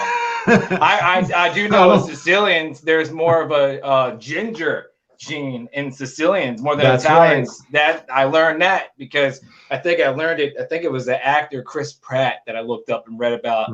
He was Sicilian or something, and there's a ginger gene when you get the reddish in your beard. If you're Sicilian, that's the ginger gene. Absolutely, because involves in it. Yeah. Because in my 20s, when I would grow my goatee out, I would have that red in my hair. I get it too. And I still have a lot of red undertones in my hair. And yeah, you're right. That's a Sicilian thing. But I don't know what's up with the Siberian. That's weird then. Yeah, because I got it too. And my brother's like dark. A lot of my family's dark complected. I'm lighter. and he's real dark, but his eyes, he's got those almond eyes that would make sense for Siberian. But it's weird. It's like another Sicilian that says you have Siberian in you. I gotta look into that. Well, you know, and I don't know this to be 100% fact, but I heard that the Vikings actually founded Sicily. Dude, we're intrigued and in love with the Vikings, you know. So, so I mean, let's face it, the Vikings, they were screwing every race possible. Oh yeah, you watch the show? I do. I love it. Yeah. Love it. I didn't finish watching the last few episodes of the last season. Ivar is my favorite. Is he? Yeah, it reminds me of me when I was younger, and even Stacy said that because I could go crazy like that easily. PTSD snaps in. That's right. I'm Viking. Yeah, that's that berserker mode. Berserker mode. I've actually had that happen to me, man. I like my vision narrows, and there is a red. You do see a red color. Yeah. You will hit things, and you will hit people. Dude, I broke my hand one time and didn't feel it for like 3 days. And that's what's scary about the investigations. I get that way sometimes, and if the spirits know that I suffer with some type of mental illness, they'll hit you in that spot, that soft spot. It's happened to me. They will take advantage of that, yes. And PTSD is really nothing to fuck with. The love of my life has PTSD, and I've woken up to some horrifying situations just off of dreams, so I can't imagine what happens when the spirit gets involved. Yep, that happens, and I believe like attachments, and there's days that I feel it here. You know, that's why working together in a relationship and doing business together, when you come back home and live together and you bring it home with you, causes tension, and it's them. It's the influence makes you like, you know, get away from me. You're aggressive. You want to break shit. It's real, man. Yeah, I'll admit to it. I'll be the first one to admit to it. It's happened to me several times, and no matter how many cleansings I've done and stuff. Yeah. When I was 20, I think it was either 20 or 21, the first time I actually summoned a demon. I legitimately summoned a demon. It was the demon Osmodeus. I summoned Osmodeus. For a week after that, I was just so fucking angry. So angry. What was the name of it? Osmodeus. I don't know if I heard of it or came across that before. Okay, so like there's Osmodeus, Astaroth. There's so many of them. I know some, but yeah, classically there's 72, but there's a lot more than that. Anyway, the first time I ever summoned the demon Osmodeus. Anyway, my reason for doing it, I had reason. Okay, I had reason to summon this demon, but it was a controlled environment. It was a controlled environment that I created. When you summon a demon as a sorcerer, as an occultist, you create that controlled environment. And for all intents and purposes, you are God. I'm not trying to be blasphemous. I'm just being real. You are God for all intents and purposes. That demon is compelled in every way, shape, or form to obey the occultist, to obey the sorcerer. But several days after that, man, I was just so angry because I would like to document some of that, man. Like that'd be a cool episode, something Zach would do. Not a lot of investigators do it. Will chance it, and they're afraid they're going to make their image look bad, dude. Of course they are. I give two shits if people think I'm some piece of shit or something in my show. I don't care. That's something I want to do. There's people that watch your show, I'm sure, it's like, don't mess with Ouija boards, stuff like that. Don't even get me started. So anything I could do in this field for documentation, I would like to have that. People might think it sounds crazy, but I want to see you summon it. Why I get to investigate, proving that this is real, this is possible. There's a possibility that you can do this and make me believe in it more. I want to document that, man. It's real because okay, all right. I'll give you an example. The first time I ever summoned he's a king, all right, and he does not like to be called Paimon. He wants you to call him King Paimon. What happens if you don't call him king? Oh, he gets pissed off. He gets pissed off. What kind of things can he do? You don't want to know. He can make you bleed out of your eyes. What? Yeah. Oh man. Okay. But hear me out for a second. Okay, so you want documentation, that's fine, that's cool. We can do that, and I would do that for you. You're one of the few people that I would actually do that for. But so the first time I ever summoned King Paimon, the room was completely dark. I only had one candle lit, and I had pricked my thumb, and I had let 3 drops of blood fall into the candle flame to burn that blood, because that's what attracts King Paimon. Now, King Paimon, he is a king. He is a king of goetic spirits, and he's one of the first fallen from heaven. Okay. Wow. He controls thousands of legions of spirits, demons. So when I first summoned him or evoked, the difference between, let me say this real quick, the difference between invocation and evocation.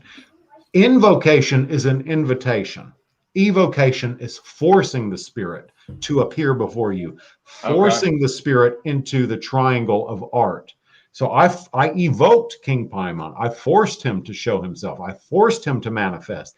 When he manifested in the darkness, what I saw was, it was a pixelated image that was slowly coming together.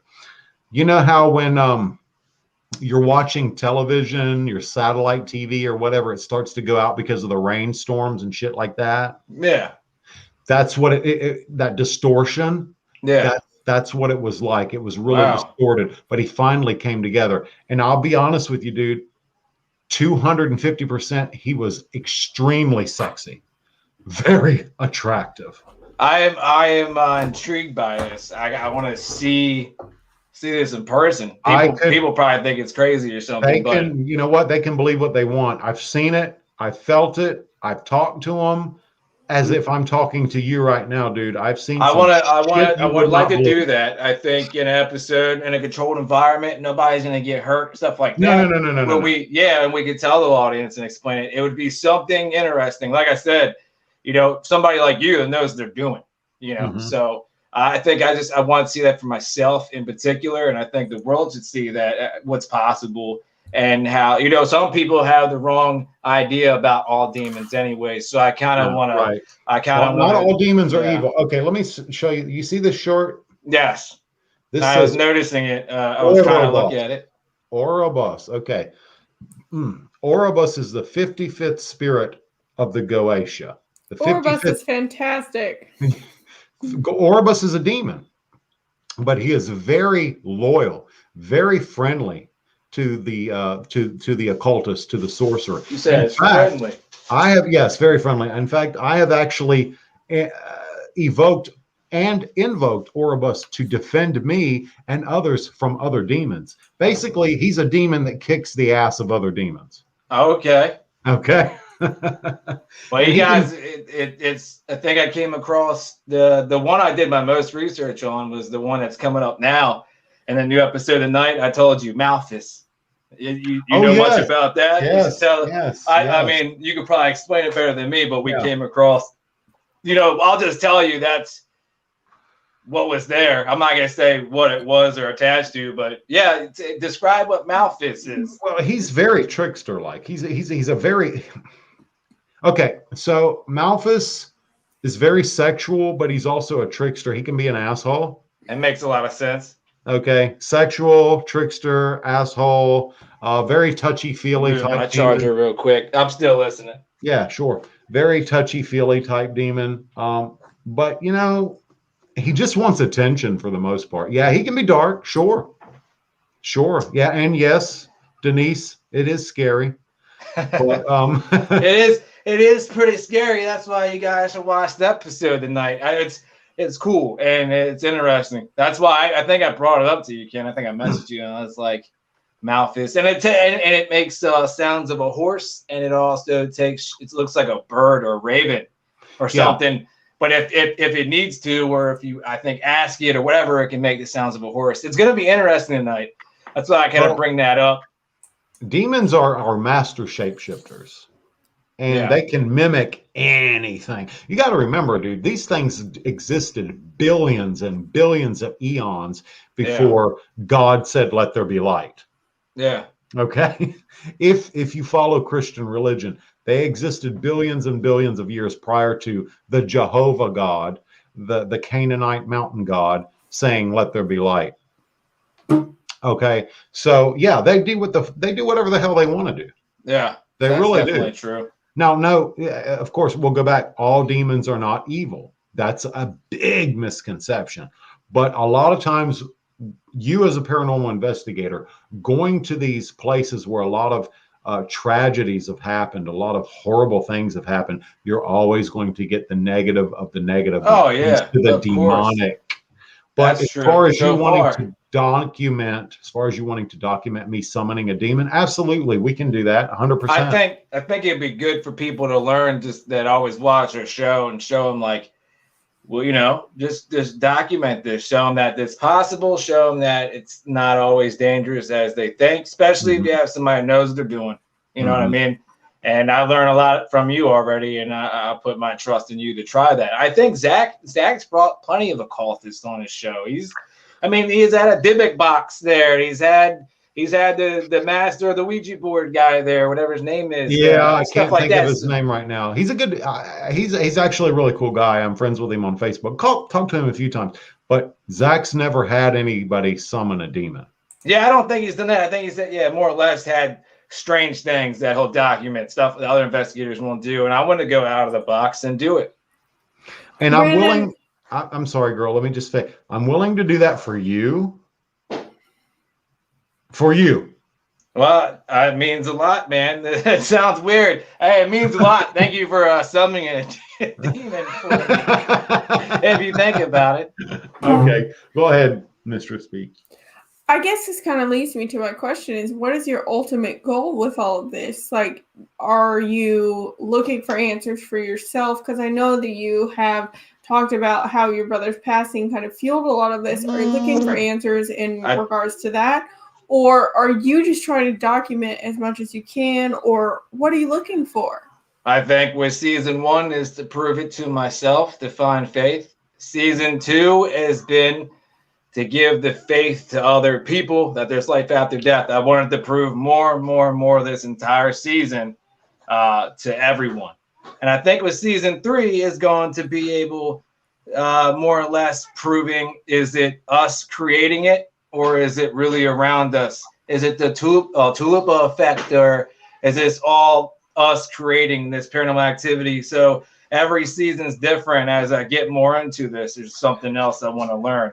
So yeah, I mean, in a way, it's to show me more proof of life after death. But now that I realize there is, now I'm kind of curious at the point is if we're creating some of it ourselves. And I want to take more of a science approach in this next season, not just ghost hunting equipment, but try things other people haven't. I'm just going to be doing more experiments. And as in for, like we were just talking about, summoning a demon, it'd be something to document for more people to learn about.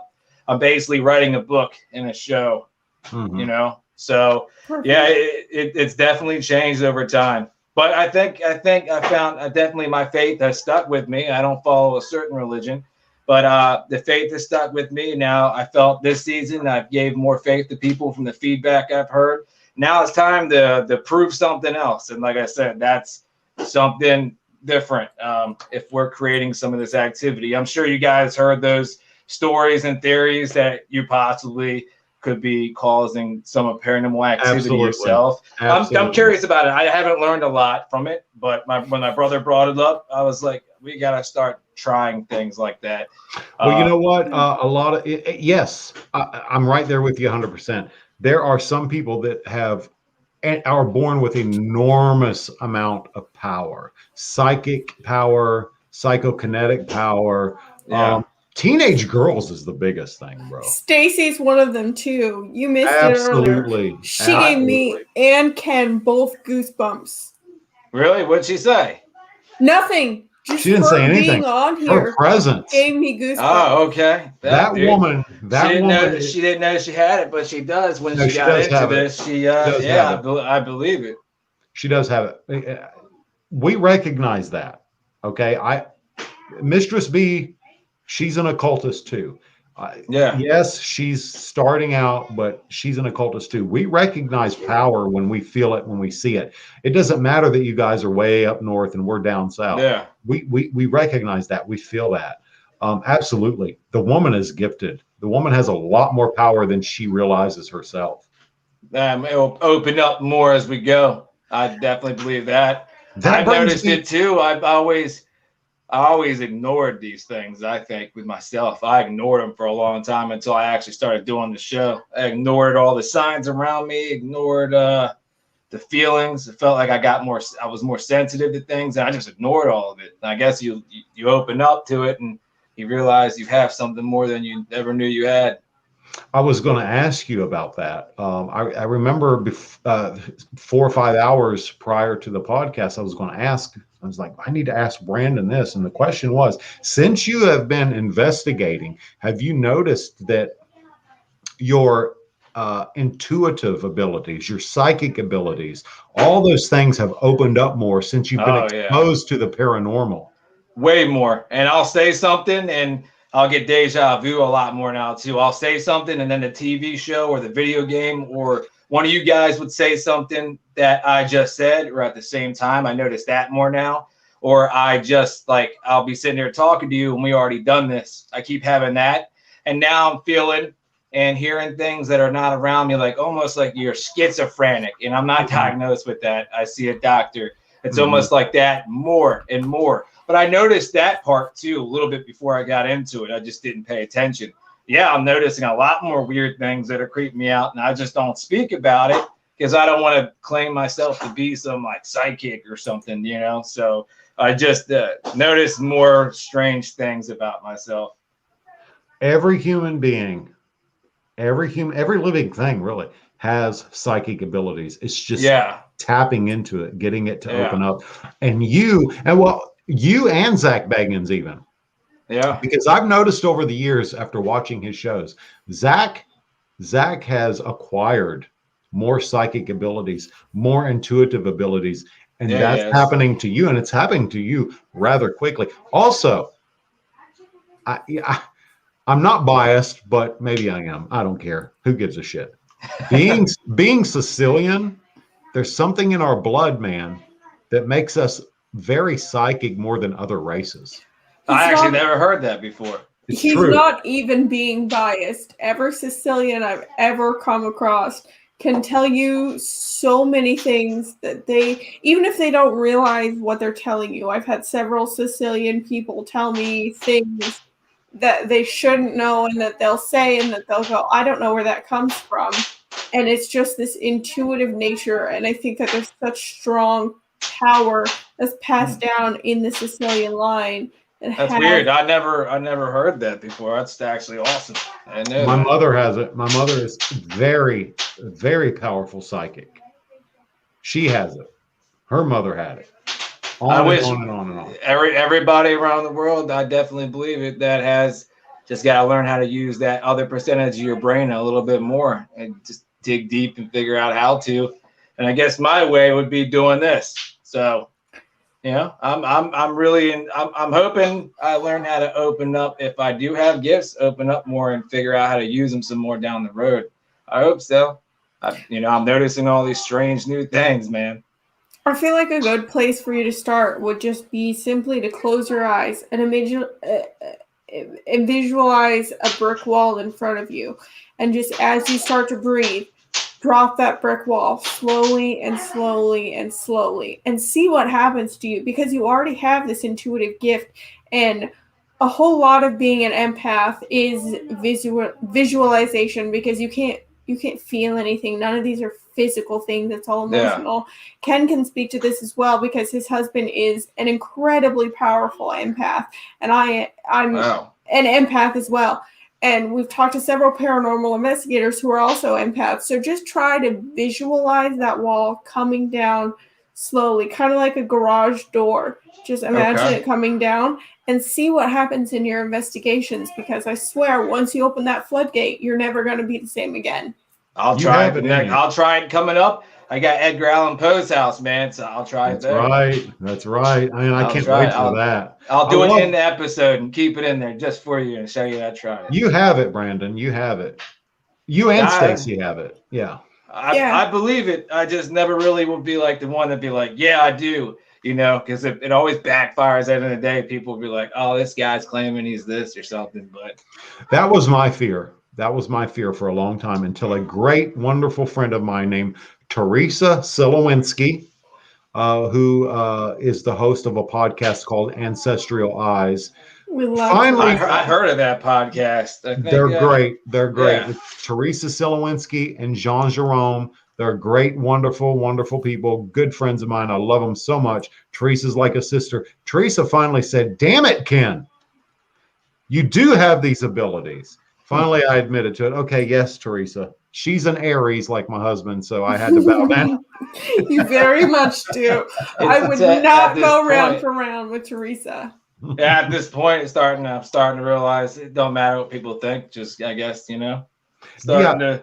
And feel that's that what I way. like about your show, Brandon. And that's what I like about you. You don't give a shit what people think. Do Brandon.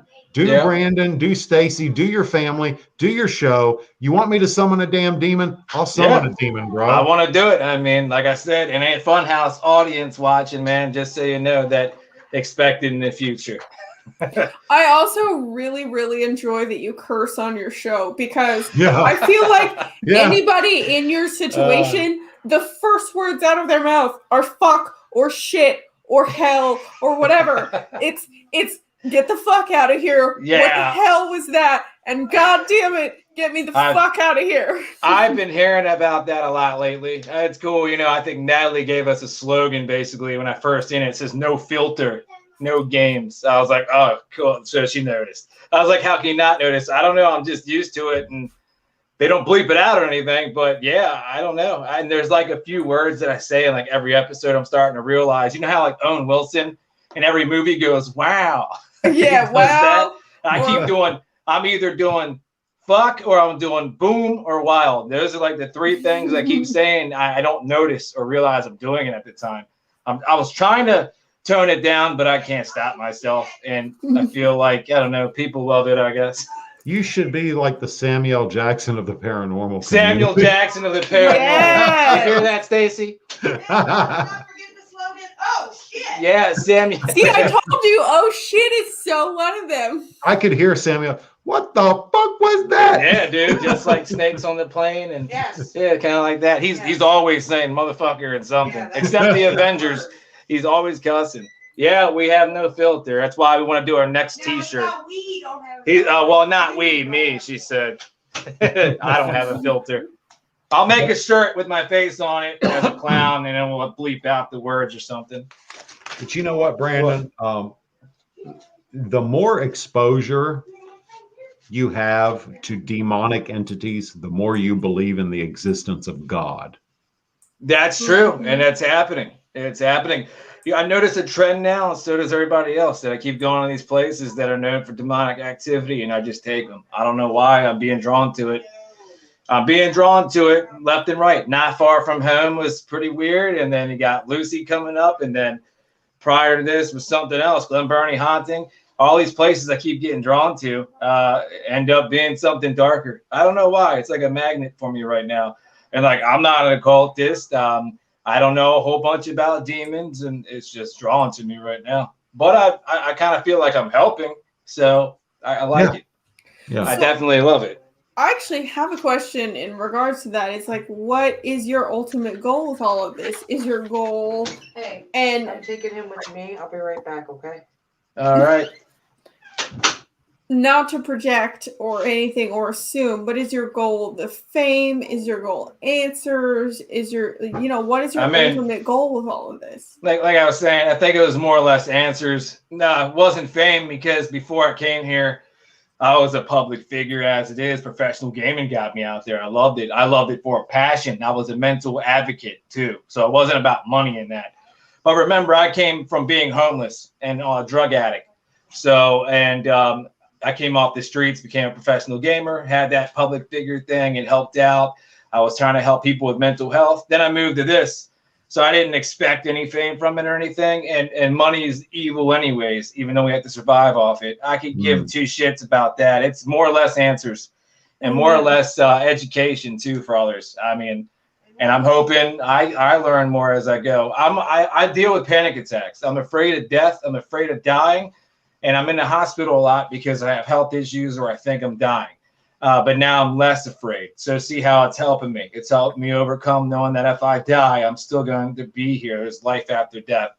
my plan to do it with others. There's people that have health issues that are sick that come to us and no longer afraid of dying because of watching our show.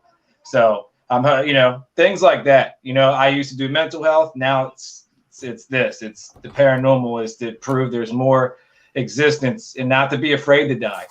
So, yeah, man. So it's not really fame. Like I said, we've already had that big explosion of fans and fame with the gaming. This is really it was for myself and for people watching.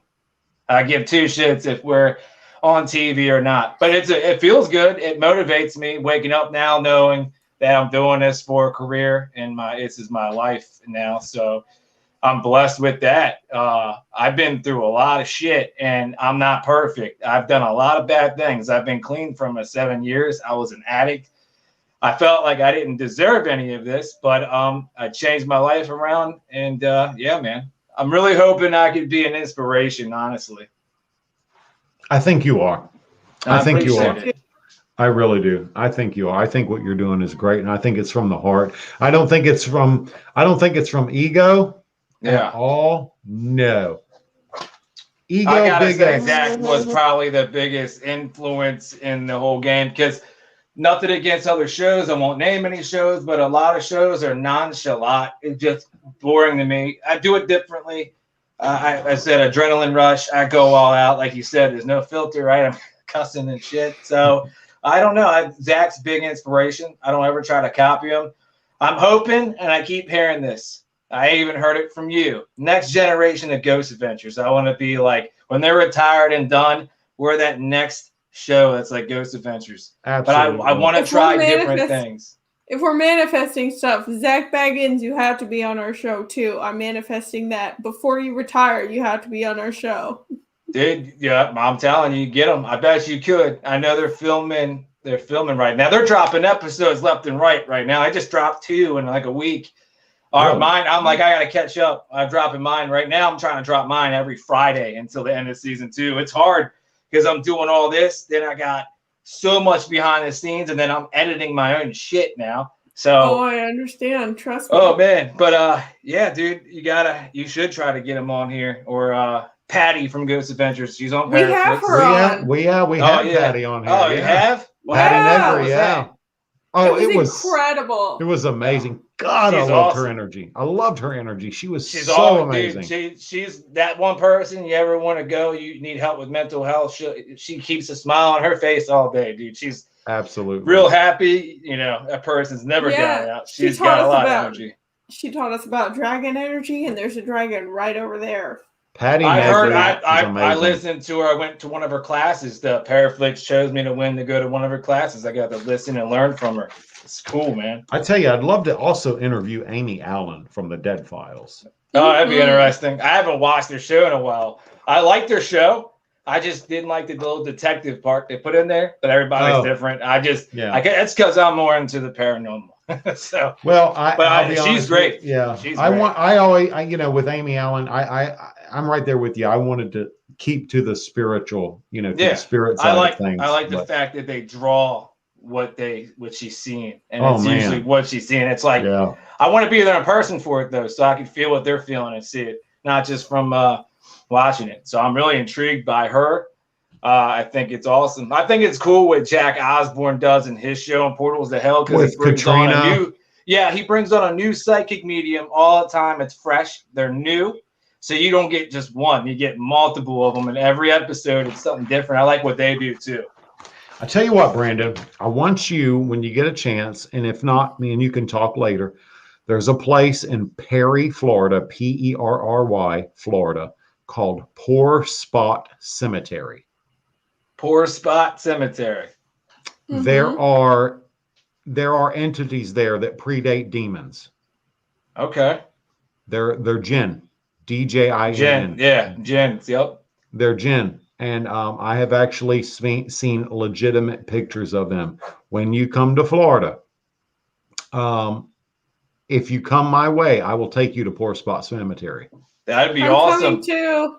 All right. So season 3 is coming up. Maybe we can get down there. I want to try to get to Florida for try to get to the grandfather's house that has a crazy story. but also just to come to Florida, we could meet you and get a spot there and get a show rolling. So season 3. So I even got a side project. Nobody knows about too much of it yet, and I won't announce it, but there's a side project coming up that I start in July too. So who knows? That might be a perfect time too to be down there. I wanted to ask you about your rosary. Oh, yeah. Can I see it? Because I think me and you have identical. Yeah. Yeah, we have a few of them. She got blessed, okay. And we had it. The reason why I got it blessed and whatnot was for the episode that's coming out tonight. Comes out around like 9 p.m. or 10 p.m. or something. You'll see how we use it, and it's pretty cool. It's interesting. I never done this before, and you guys might even watch it and go, "Look at this rookie." So I'm not the type that uses rosaries or holy water, none of that, man. I even came to you for help and asked you a couple questions. We got them blessed. We went there, we did it, and it proved me I was no longer a skeptic over attachments when it comes to dolls. So you see in the trailer, we're putting the rosary on the doll to see what would happen and reaction we got out of it. Yeah. Rosaries are very powerful, very, very powerful, man. I realize that now. I didn't before, and like I said, I'm still finding faith. So I was trying to figure out, like, do I believe in it or not? And a lot of people don't realize how powerful the religion of Catholicism is when dealing with a lot of spirits, especially negative spirits. Mm-hmm. Simply crossing yourself and saying, "In nomine Patris et Filii et Spiritus Sancti, Amen." I have no idea what you just said, baby. That that is like parting name. the Red Sea. Basically, in nomine Patris et Filii et Spiritus Sancti, is in the name of the Father, Son, and the Holy Spirit. That will part the Red Sea. Okay, because that's Latin. That's Latin. I don't know. Can you do that too? You both of you can speak Latin? No, Ken just tells me what to say, and I say, "Okay, let's do it." Say it really slow. Say it really slow for me. In nomine Patris et Filii et Spiritus Sancti. Yeah, I'm not happening, dude. I can't say. Well, I mean, you can say it in common English. It's right in the name of the Father, the Son, and the Holy Spirit. But it just sounds cooler. I don't know.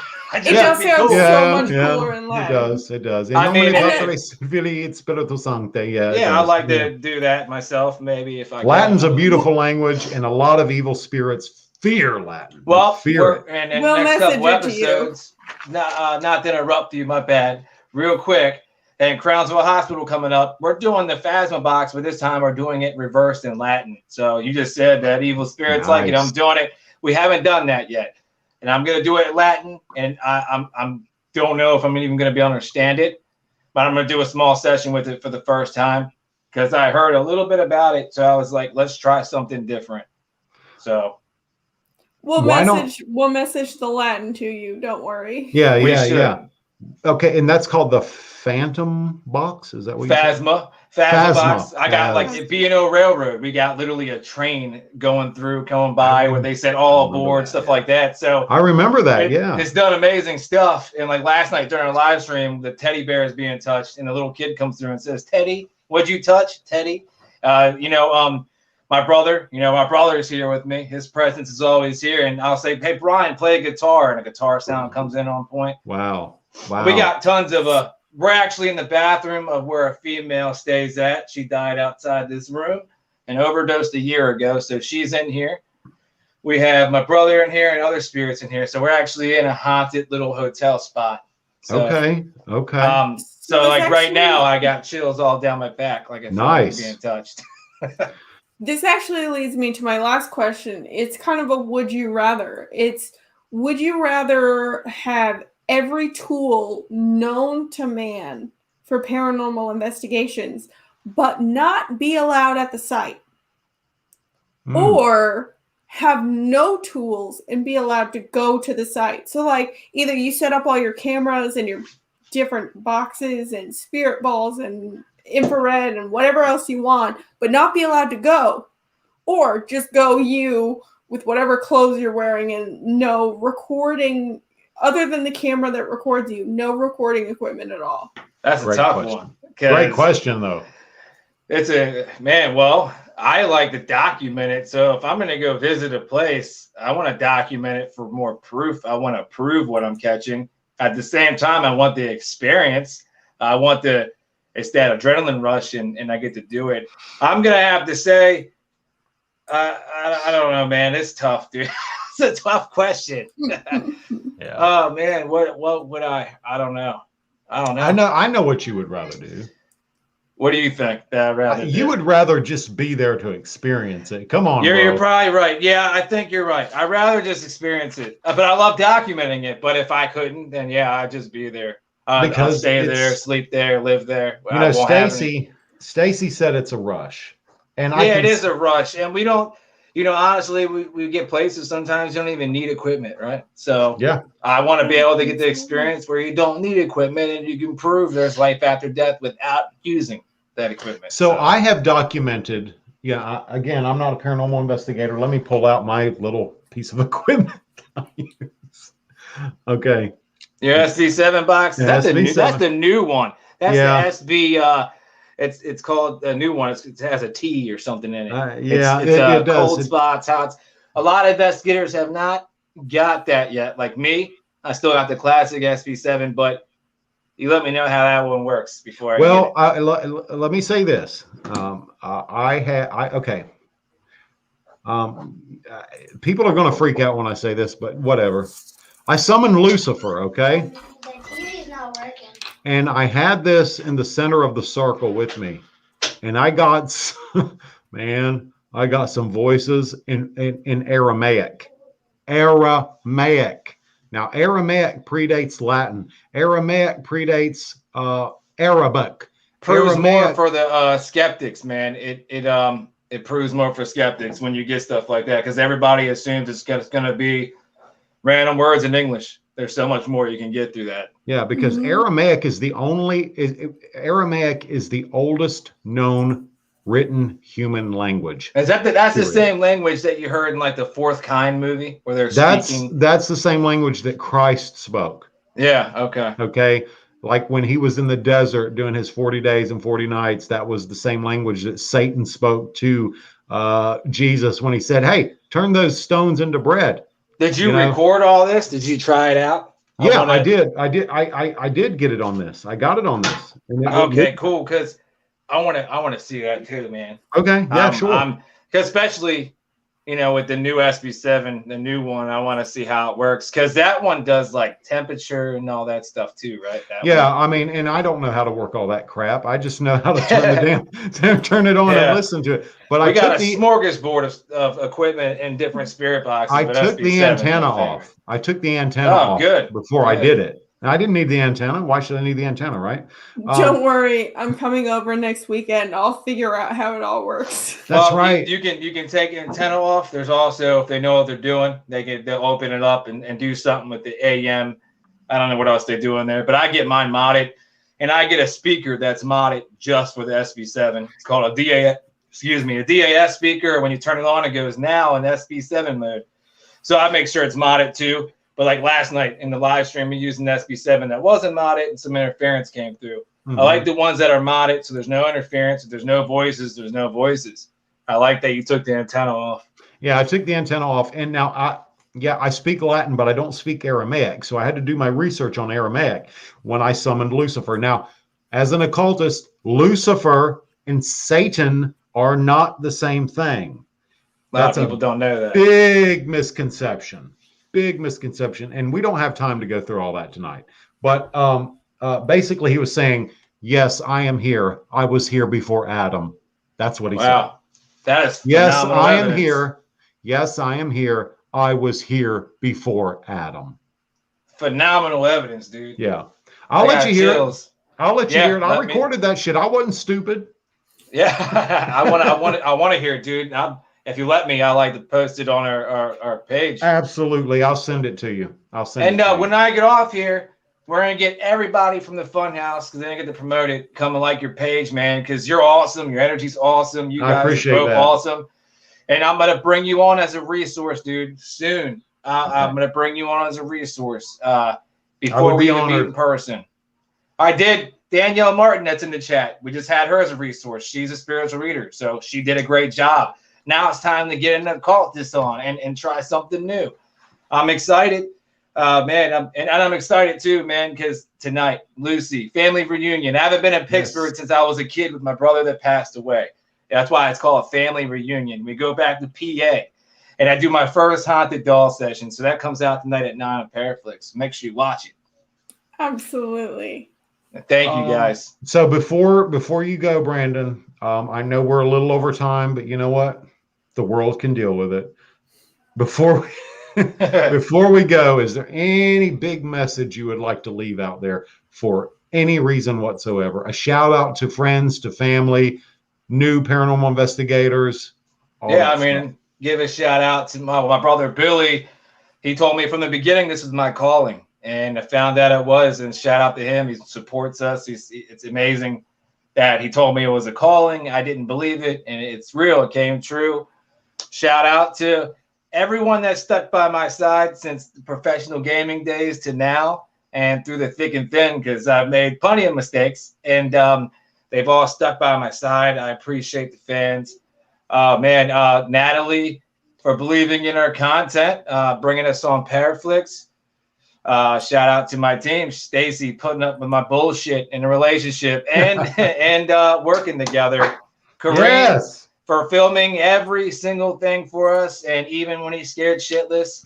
Nick Kersey, new to our show. I appreciate him for traveling from PA every day to Maryland just to get here to film. That and I want you guys all to check out Paraflix, the new Netflix of the paranormal. When you go and subscribe, you watch Paranormal in the Funhouse. Start season 2 first, because it's better quality, better content. So, and everybody recently that has been buying merchandise, and you guys are awesome. Of course, on Facebook, we'll do live investigations to give back to the fans. We do giveaways. But yeah, shout out to you guys too for bringing me on the show. I'm so sorry I was late or behind. So no, dude, that's okay. You're gonna pay us back each with a shirt, right? Yeah, yes, dude. I'll make sure I have your size and make sure I give it out to you.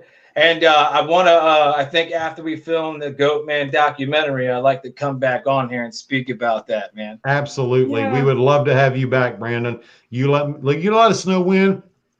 Your priority. Your priority. Sounds good. So on. I'll make sure our fans follow your page. We'll put it out there. I'll promote it after I get done watching the episode myself tonight. It premieres around 9 or 10 Eastern time. So when we watch it, I'm going to hop on live anyways to talk about it and see what people's reactions are, and I'll plug you guys in. I tell you what, I've had a hell of a lot of fun with this podcast tonight. Oh, I did too, man. I love it. I got to chill in the bathroom to do it, but I loved it. I know it was weird. I didn't have my lights ready. All my equipment's in the car and usually all set up. No, I totally forgot. It's real. I love the fact that I don't know why I'm just crazy like that, but I love the fact that you're in the bathroom. Are you sitting on the toilet? Yeah, dude. That's great. Sitting on the toilet, shower curtains right here. Love it. We're in a haunted bathroom, haunted hotel. I've been feeling weird in this bathroom the entire fucking time. I just didn't say anything. I feel something touching me. You can see the veins in your neck popping out. Yeah, dude. I feel it. I feel like it's making my body feel warm right now. And it's the female. Yeah. She's not always nice. I get hissing in the bathroom from her and shit. Ah. She just does it. I guess it's just kind of like, get out of my room. Well, Brandon, we're going to have you on again if you're cool with that, my friend. Yeah, dude. We could bring Nick and Kareem on too. Absolutely. Have fun with that. Yeah. Have fun with the Kareem. I would love to have him on there. Absolutely. That would be great. And anybody else, I don't care. As many people as we got tons of people we know that you guys should bring on that I think maybe are looking for it. Like there's the dude like Denise, the one for this episode, you're going to love this episode and love her story about the doll. I would say bring a person on that's not an investigator, but had their house investigated. Do you think that Denise would like to come on our show? I think so. She's watching. I see in the comments and stuff. She's watching. I tell you what, Denise, if you would love to come on, send me a message. We would love to have you on, Denise. That would be interesting, bringing people on that had their haunted stories in their homes and stuff. Absolutely. Like that. Hi, Katrina. Well, Brandon, I can't thank you enough, my friend. We have to go. We're a little over, but like I said, I don't give a shit. But thank you so much, Brandon, man. I really appreciate it, my friend. And when you come to Florida, find me. Don't come to Florida now and not contact me, bro. I'll be contacting you when we get off here. I'll blow you up, man. All right. All right. All right. Well, thanks, guys. I appreciate it. Thank you, buddy. Good night, everybody.